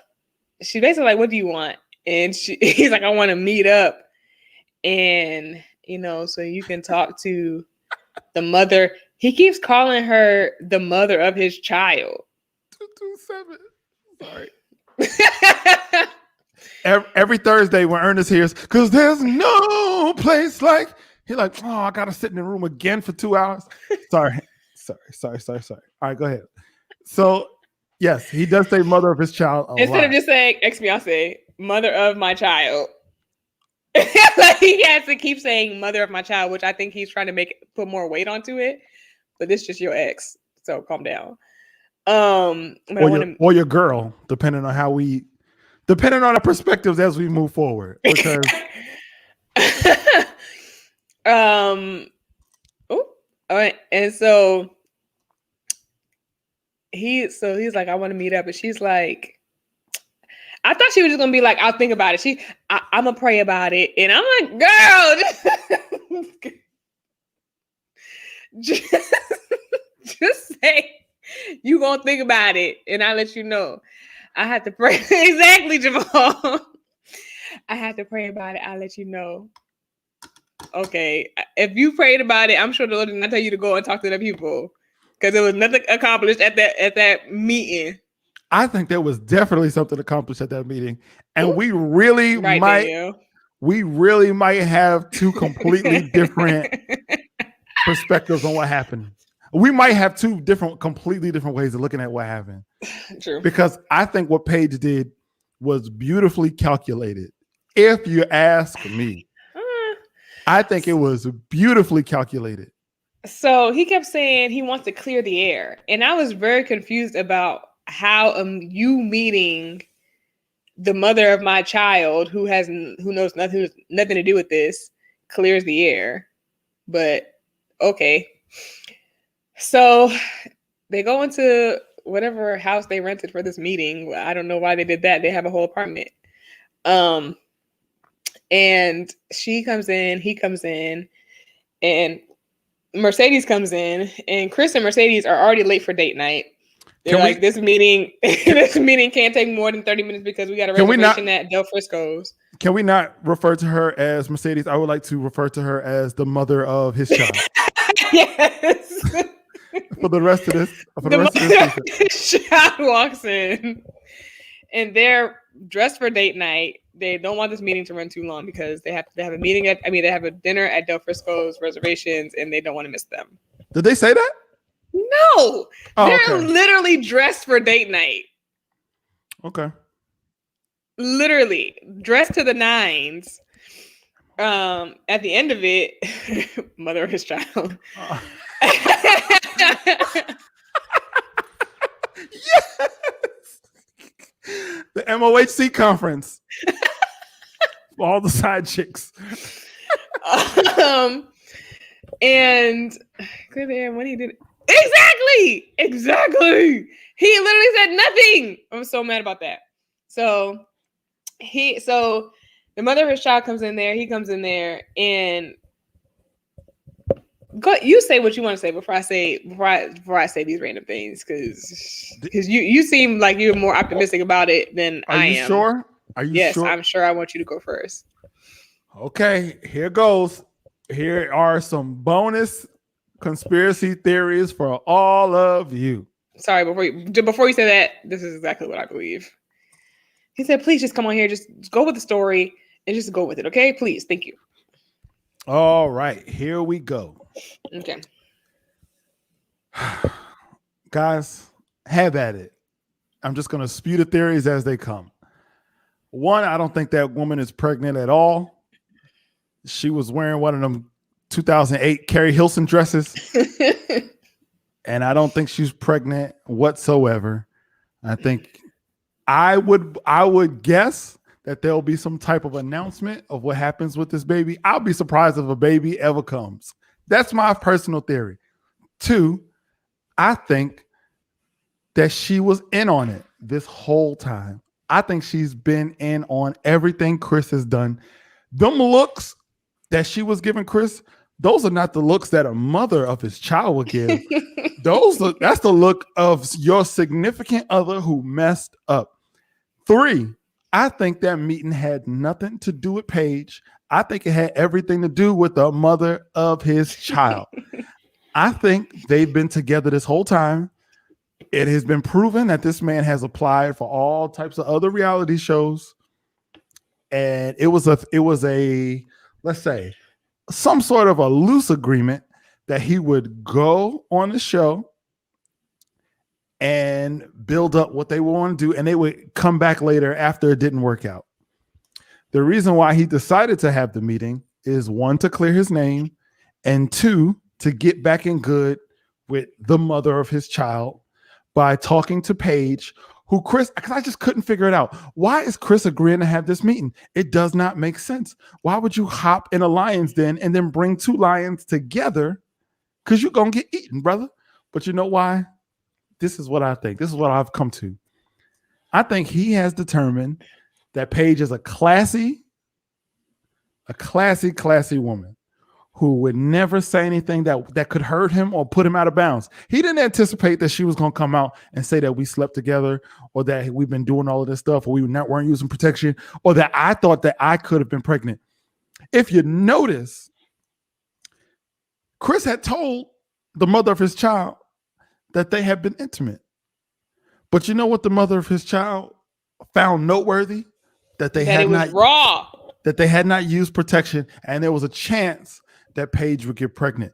And I thought to myself, why would somebody who's unfortunately had a death in the family and just had a one night rekindled night of passion and ended up pregnant, why would she be so taken aback, offended and hurt and concerned even after knowing that he had sex with this woman, but found it so noteworthy that it was raw? It was a look of, we're going to talk about this in the car. I get it. I know the show is edited. Also, Crystal, no, we don't do spoilers. This is just Kasaun's thoughts. We don't do spoilers. We don't know. We don't be knowing for real what's going on. Oh no, we just only talking trash. But and if we did know, we would not say here. We would DM it with each other. You gotta DM me later. If you have not read the PDF of the EOLC handbook, it lines out in clear detail all of our practices and procedures.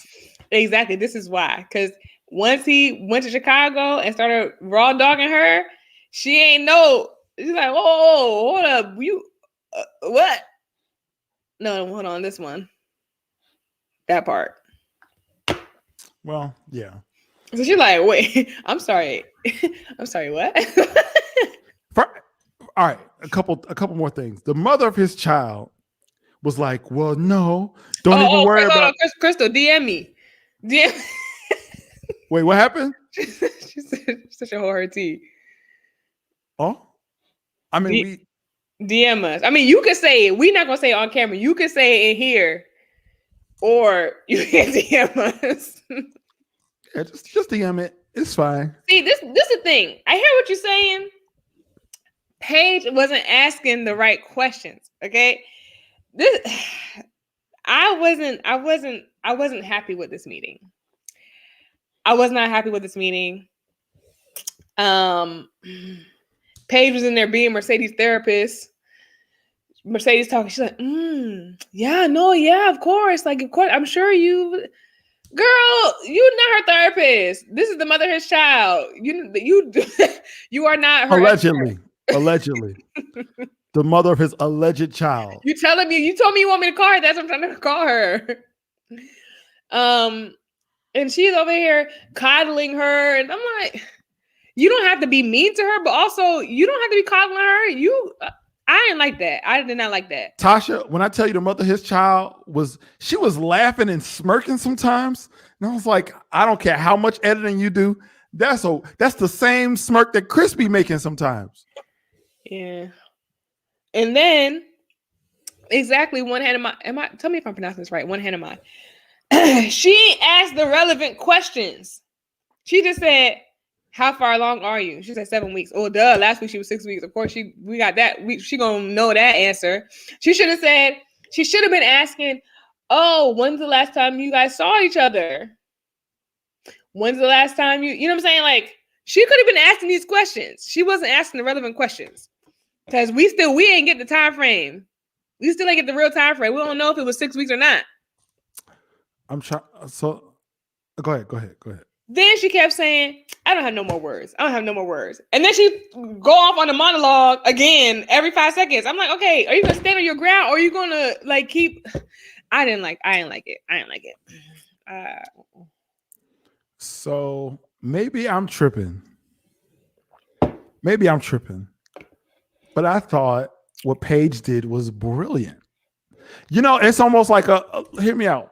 So it's almost like a politician. Thank you. Exactly. She thought she was doing something, but it's like. But y'all got to hear me out. The baby mother is in on it. The mother of his child is fine. And she is a co-conspirator in Chris being on this show. I don't disagree. I'm just saying she didn't give me enough. I'm through. Oh wait, this our handle right here. Yeah, we don't. Our Instagrams. Our Instagrams right on our pictures. So here's the deal. Everybody knows that there are timelines of Chris's that does not make sense. There's information that does not make sense. Obviously, we'll get to the whole part of how immature he was when he felt like the meeting didn't go the way he planned. Was like, what do you think? This is what I think. I think that he thought that he had soured Paige so bad that this would be like a exit interview for Paige, and she would just want to be done. Because think, when he told her about the baby, she didn't ask no questions. She wasn't probing him. She wasn't on his helmet. She's never been that way. Even when she found out about the baby, she gave him her full support and her public support in front of the other couples before she even asked questions that she wanted to know before they packed and went back after he told her that he was still in love with his ex. So she ain't never been on that type of time to like come at him and come at his neck and pull out all the inconsistencies in his story. But what she did do was pull that other sister on camera, which I didn't even think she would do. I thought she would make a clean break. But what we needed to see that other sister, and I feel like from that body language and some of the information that she was in on it, she was smirking. And then when Chris was saying stuff, she was like trying to shush Chris and apologizing for him in front of Paige and all this other stuff and looking at him like he had cheated on her, even though. But what I think Paige did, which I thought was great, was she asserted that she's done, which I appreciated. And I think that she said what she needed to say, which was she got the raw end of the deal, that he did her grimy, and that his ultimately his intentions for wanting to be a part of this process it was not pure. And I think that's all she needed to say. Now, why she ends up meeting with him again in the previews for next week's episode, I can't defend that. Now, I don't know.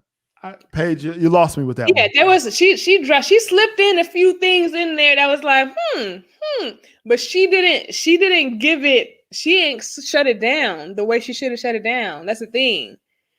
It was like she really thought she did something, but it wasn't enough. And then here's what else at. What else was I? So about Mercedes, y'all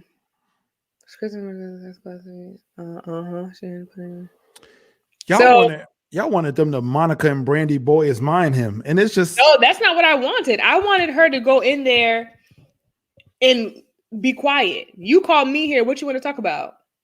Because I don't got nothing else to say. He. How you gonna call a whole meeting and you go in there and you mum's the word, and then rolling your eyes, looking you in distress. The thing I think he likes about Mercedes is that she talks back to him. Paige never talked back to him. Mercedes be talking back to him. He was like, I'm irritated. She's like, you always irritated. Like she that's the energy that I need a Paige to have. You not gonna just talk any kind of way up in here. You gonna get checked. Paige never checked him ever. Let me just tell you this, and this is my impression. The mother of his child, Mercedes, is super duper messy. So I see the comment that says like, yo, she's in on it. Then why would she say she's not going to be with him? Because she's lying. That was funny. She's absolutely going to be with him. She said, oh, he told you that we was trying to get back together. That's not the truth.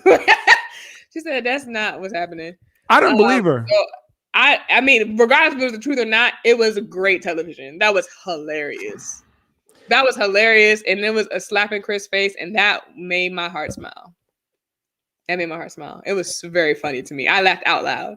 I mean, I wish Paige had gotten a little dirty with him, just because I feel like he's done her dirty. But I just don't think that's how she is. But even if I'm not even, she got it. Like I said, she could have went in there and just shut her mouth. You do the talking. Go ahead. Say what you got to say.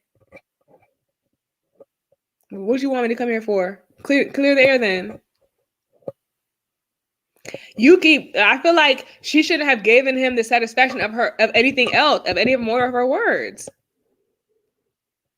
You don't even deserve my energy anymore and my presence. I agreed to come here. Okay. What? You know what hurt me was when Paige even went as far as to be like, I know a child is a gift from God. And I was like, I know, but there ain't no child, Paige.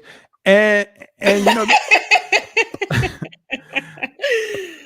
but you know, the issue is, I think Paige genuinely went into that meeting thinking that this sister was a victim of this situation as well. And she's just helpless. And she's trying to be her therapist, trying to coddle her. This has happened to her and talk her through. And to me, it highlighted the idea that she was completely in on it. Because even Chris was like, yeah, I'm so ready to give God praise and read my Bible and go get something to eat. And then they left together. To go to dinner at Del Frisco's. They had a reservation. It was date night. You ain't see them. No. So, all right. So I agree. Let me just say this. I don't think she should have gone. I do not. Yeah. I think she should have given him the pinky finger and moved on with her life and been like, nah.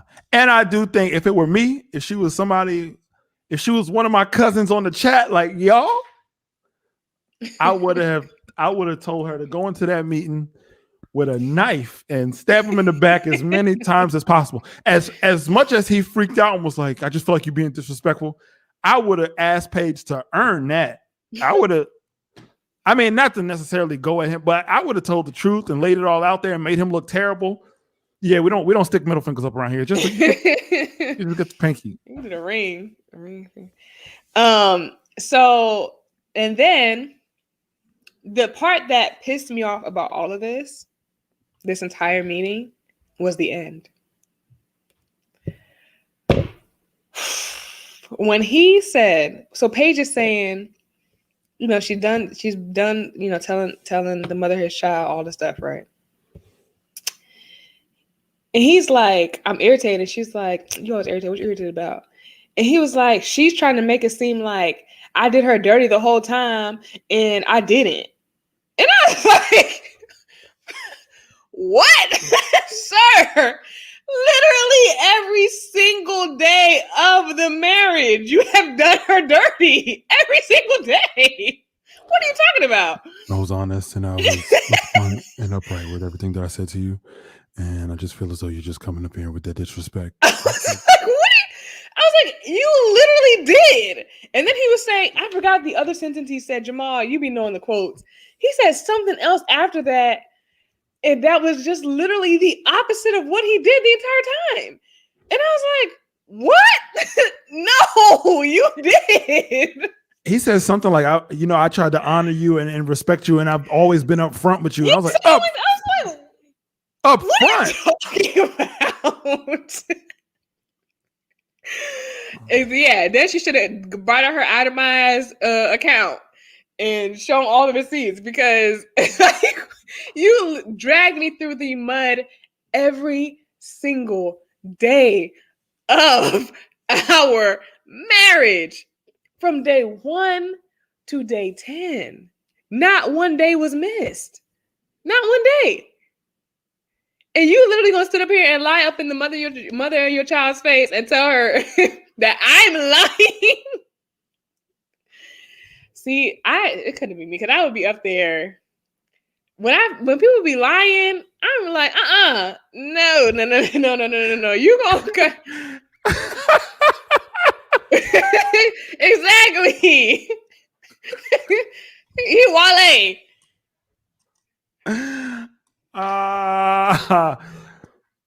I think he and the morning after. The morning after. The mother of his excuse. That's the new name. The mother of his excuse. Ain't no baby. But I think that they had agreed that he would go on the show, that he would get famous. And I think he had to admit that he had relations with this person who he was matched with. But if that was the case, You could have written this out to decision day and just said no if you wanted to get famous. That's all you could have did. Why? I got a baby on the way. Not to say it's not a lie, because it's probably a lie, but why that? Why bring her on? Why do you want to be famous as the worst villain ever, have the entirety of America and the UK hating you? That doesn't make any sense. If you wanted to be famous and and get more money and money for your business and for your Subway and all this stuff, you could have literally just played the game and just said no at the end. It's only 8 weeks. We've been watching this show for 8 weeks. What? He is now up there with the 3 worst villains in reality show television history. It's the dude that slapped that girl in Real World, and then I don't remember that. And then New York from Flavor of Love, and now Chris. He done made Michael obsolete. The dude that was lying last year, Michael's in the rear view. Michael's telling the truth now. He's good. He's putting out pictures with his new girlfriend. Talking about Ayala and everything. And listen, Chris is so bad that Michael put out a statement online admitting that he lied. Are you serious? No, I'm serious. I cannot make this up. He actually came out. Look it up. He came out and was like, "My bad, y'all. I was lying," because he knew Chris was Chris was so bad. He knew that his announcement wouldn't be news anymore. He was like, "Oh yeah, I'm good now. I'm in the clear." I was lying. I never had no job. I ain't never done yoga in my life. I ain't done nothing. Real World. Real World was so old. I mean, dwee. You don't even know what that is, do you? I do. Yeah. I don't think they could talk. Yeah, nobody. Chris is number 1. And you know the part that he miscalculated? I think it was a mild miscalculation. I think he thought because he promoted himself as like this man of God, this upright dude, and somebody who had been in church, even though he told y'all he stopped being a minister because it wasn't paying enough. But if that wasn't enough for you guys, that's fine. But a part of me thinks that he thought that if he told people that his ex-fiancee got pregnant, that there would be some sort of like, it's like a valiant, a noble thing that he was gonna end the process. And if that was the case, why would you tell? Because that's what I meant to say. In the meeting with the pastors, he's like, "I'm doing this so I can be a good father. Like I'm doing this to be, to put all into fatherhood, as if that would be the valiant thing, right?" And they were telling him, you probably actually do fatherhood better with Paige, but and Chris was like, "That's not part of the script." But if that was the case, this is why I'm just like, he don't know how to do manipulation right. He don't know how to do it. Like, because why would you tell Paige, "You're my wife, you're gonna come before my child, and then now I gotta give up this marriage because I want to be a good father"? Like oh gosh, he just stresses me so much. He's just not good at this. Jamal, can you tell her what I've said since the since the matchmaking episode? That man knows that he's on camera. Yes, but also if you know you're on camera, they're recording everything. You want to, if you're gonna, okay, I feel like, and it's not that I know how to give a class on manipulation. No, but you have been. Now, if anybody's new, Tasha has been every week teaching us how to, for lack of a better word, be a Jezebel. No. She's given us some really good hints. Like I would say, Delilah hints with Tasha. Like if there was a segment, generally when we get to the conversation of Chris and Paige, we have like a little sub segment called "How to Be a Delilah with Tasha," where she gives all of her hints on how to manipulate the people in your life the right way, where they still feel value. Essentially, it's her first person narrative of what she does with Ernest, which started off as just chopping up his pills into his applesauce, and has now graduated. Don't die before Ernest. That's not how that works. Never get that money that way. And has graduated to far more higher levels of manipulation. So I'm sorry. With that being said, I just want to introduce people.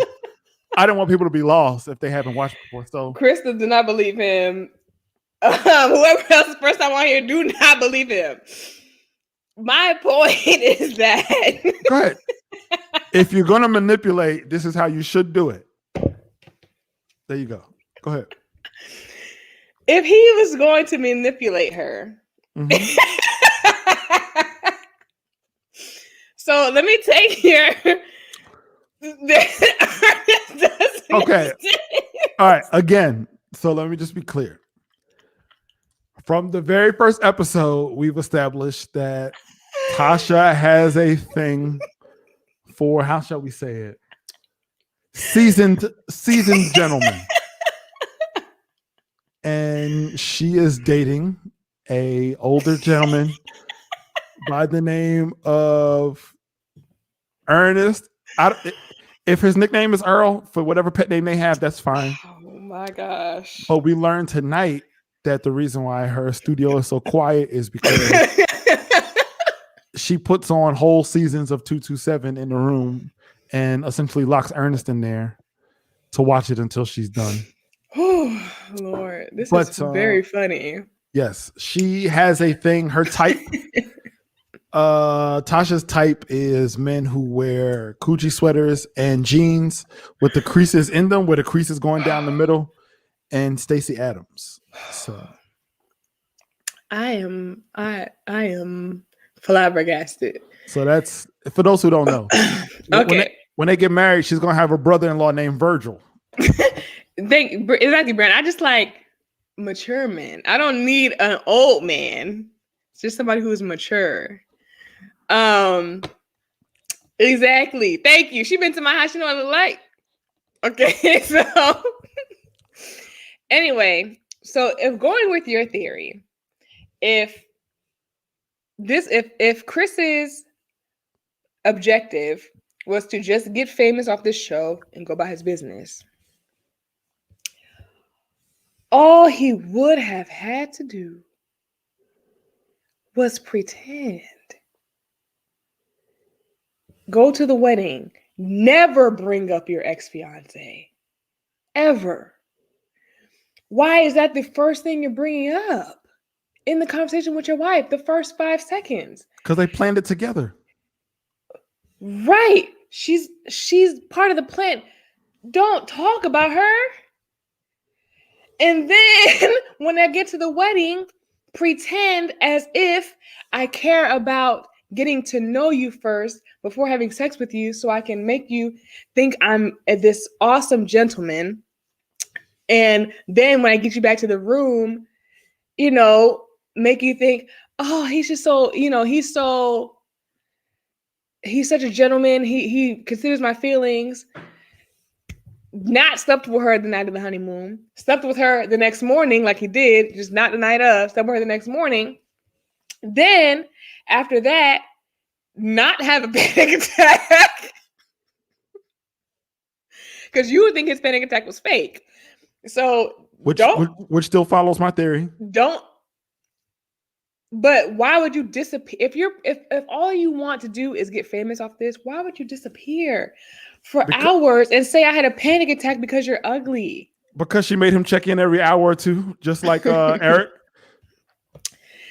And then, so if I just wanted to get famous and look good on TV, because I do believe from the beginning, the stuff that he was saying in the beginning before the wedding, I feel like that's how he wanted to look on camera. He wanted to look like a man of God. He wanted to look like he was, fasting. He wanted to look like, this top tier man.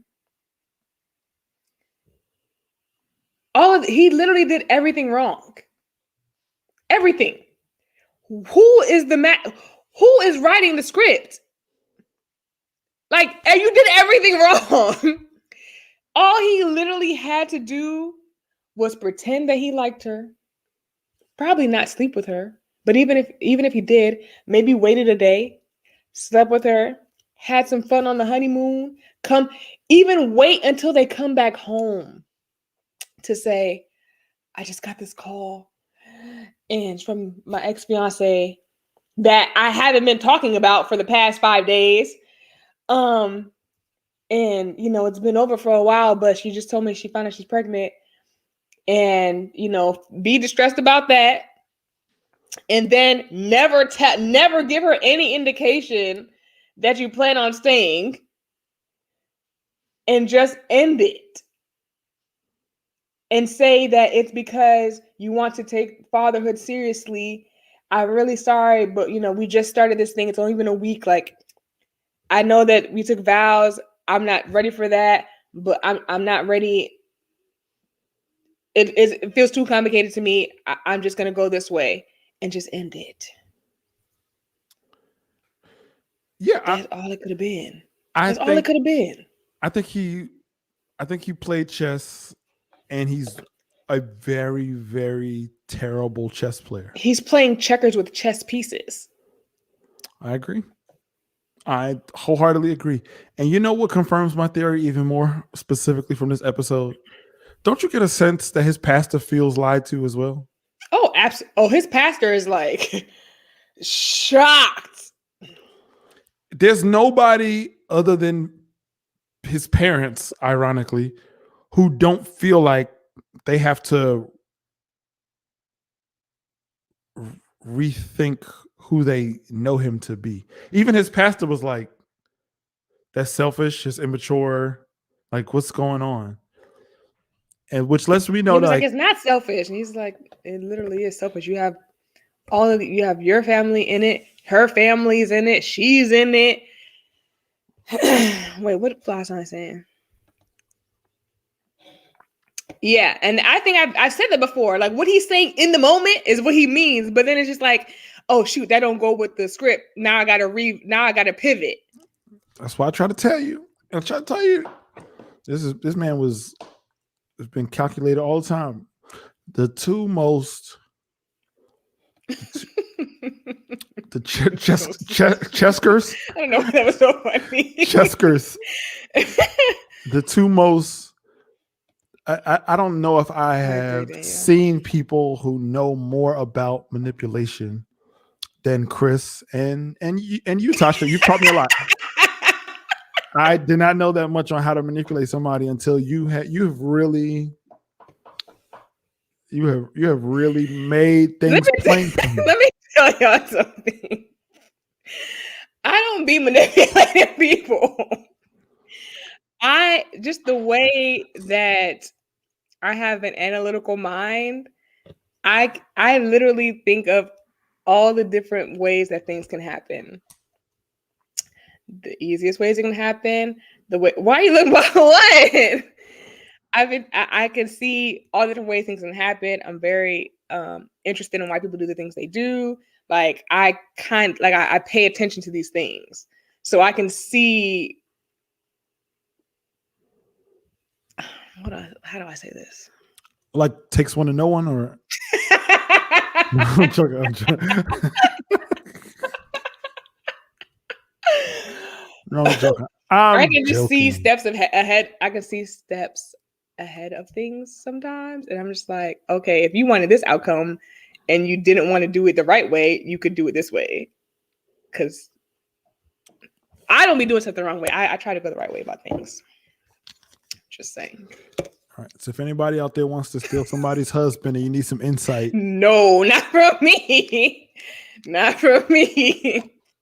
That is not the kind of energy I'm trying to put out into the world. I'm trying to get married. Okay. It's just. Thank you. See, Brianna, come back next week. Okay, he got Danielle. I got Blindsight. Yo, but you know the crazy part? Everybody that I don't have nobody on my side specifically. Everybody just be unbiased. She came in here telling me she ain't even like me. She ain't like me over no expired bananas. She said, "Stop! Do not call plantains expired bananas." You said that yourself. You said you wait till they. No, I don't. I don't like them black. I like them. Wow. You let the man get to you, huh? Oh, let me guess. You like yours light skin, huh? Wow. You know what's so funny? Cancel Tasha. Put it in the chat. Cancel her. She waited 5 days after Black History Month to show her real face. You know what's so funny? My mom, so everybody we all fry plantain, right? But everybody has their way of frying it to, their liking.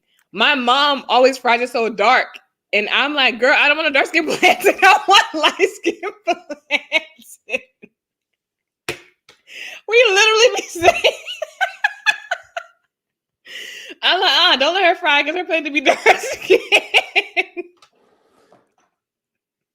That's so bad. The views of Telltale Tasha do not necessarily reflect the views of comedian Kasaun Wilson, the Generational Cursebreaker brand, or the Life of Podcast on Apple and Spotify. We almost made it the whole episode. That is so funny. That's unfortunate, guys. Don't put me. Hold on, what side is she on? Don't put me with this. I don't have nothing to do with this. She don't even like her food to be dark skin, and that is wrong. Just not my plantain. I like my men dark, but my plantain I like light skin. Is Ernest dark skin? You tell me. You created him. The guy I like right now, he's chocolate. What's his name? You choked on that, huh? Don't you? Oh, bro. That joint came. That was guttural, huh? The chat would like to know. See, every week, didn't I tell y'all this? Every week, she want to leave some cliffhanger and leave out some information, and then she want to log off. I really like this guy, and then she want to log off and be like, "Come back next week. Comment, rate, and subscribe." No, Ryan's brother ain't dark and ain't that dark. Wait, y'all gonna stop calling him Ryan's brother. His name is Shad. What? Okay, you standing up for this married man? I say he ain't that dark. All right, first of all, I want to say hashtag free Ernest. I don't think he deserves any of this, but I think the chat deserves to have some information about this guy. It's why? Because they rate and subscribe to the channel. We deserve to know. Did y'all subscribe? My subscribers ain't really been going up, so they ain't subscribed. Is everybody on here subscribed? No. It would be okay. Well, first of all, no.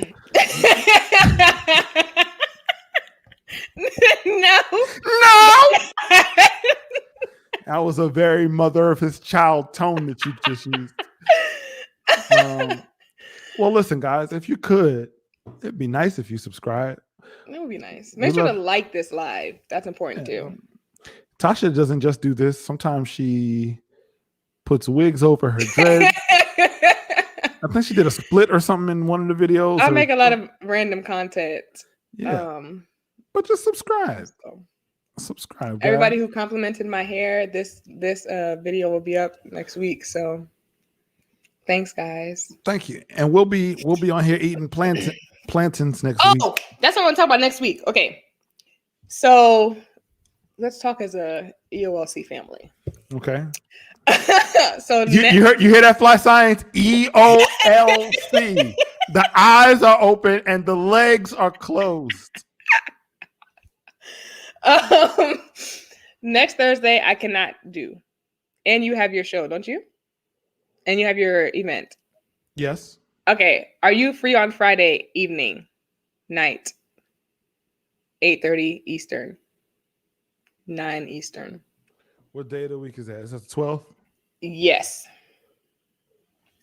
I'm actually not. Okay. Saturday. I could do Wednesday night. But after you watch it, that's like 1 a.m. for me. No, I can watch it your time, so we could do this. Oh, you can? Yeah, I can watch it. You sure? Mm-hmm. Okay. So So next week we're doing Wednesday night after the episode. Directly after. Danielle, DM Kasaun and find out how to watch it in my time.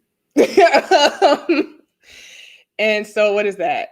We'll be on here at 10:15 Eastern. Oh wait, no, I can't do it without Danielle. I need tell me how to watch it on time. No, because y'all be trying to cancel me over fruit. So I tell Danielle how to watch it on time.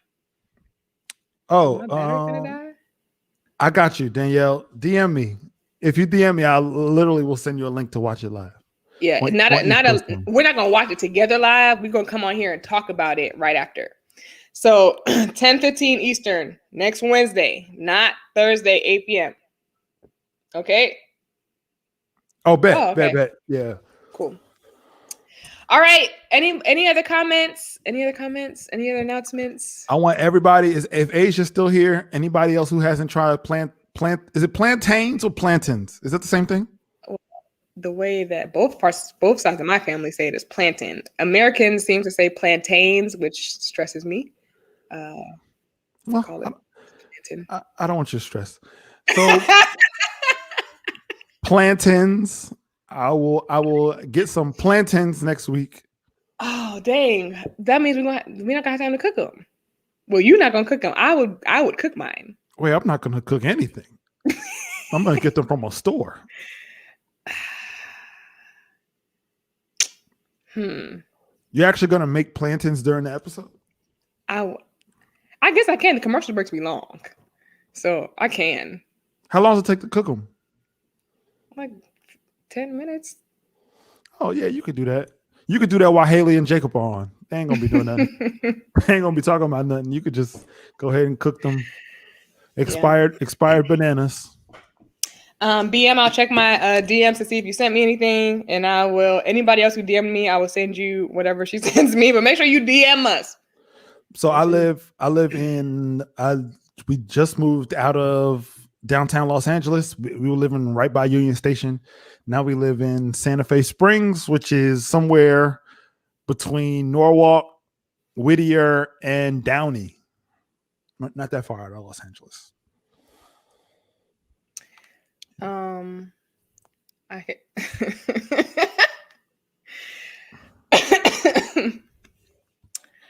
Make sure y'all subscribe to Fly Science too. Dope channel.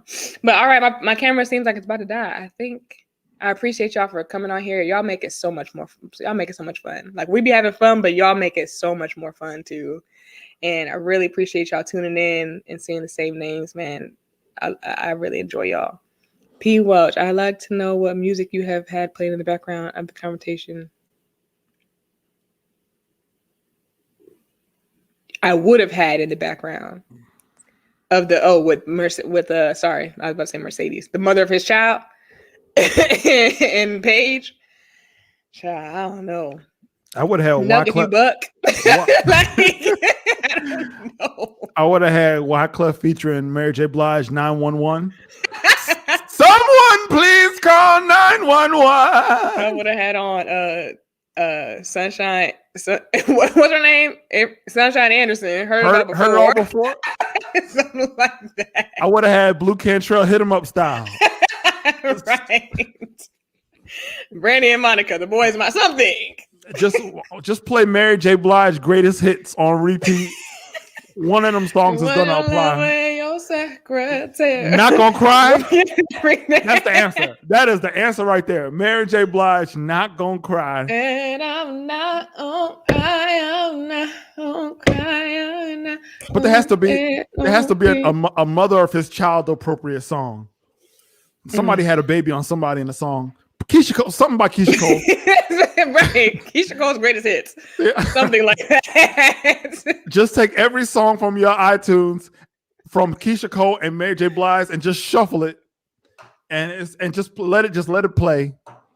Yeah. It will go. Oh, and since we won't be on next Thursday, I have what's called Kay's House Party. It's comedy, music, games, all of that good stuff. I'm a stand-up comedian if you didn't know. I'm not just here to facilitate Tasha's Delilah advice. I should have cheated. Yes. Great choice. Keisha Cole. From Paige's point of view, that's great. So come on. All the information will be on my IG first thing in the morning. The Life of KAY. Post it on your page, not just in your stories. I got you. All right. Love y'all. See y'all on Wednesday. Bye. EOLC.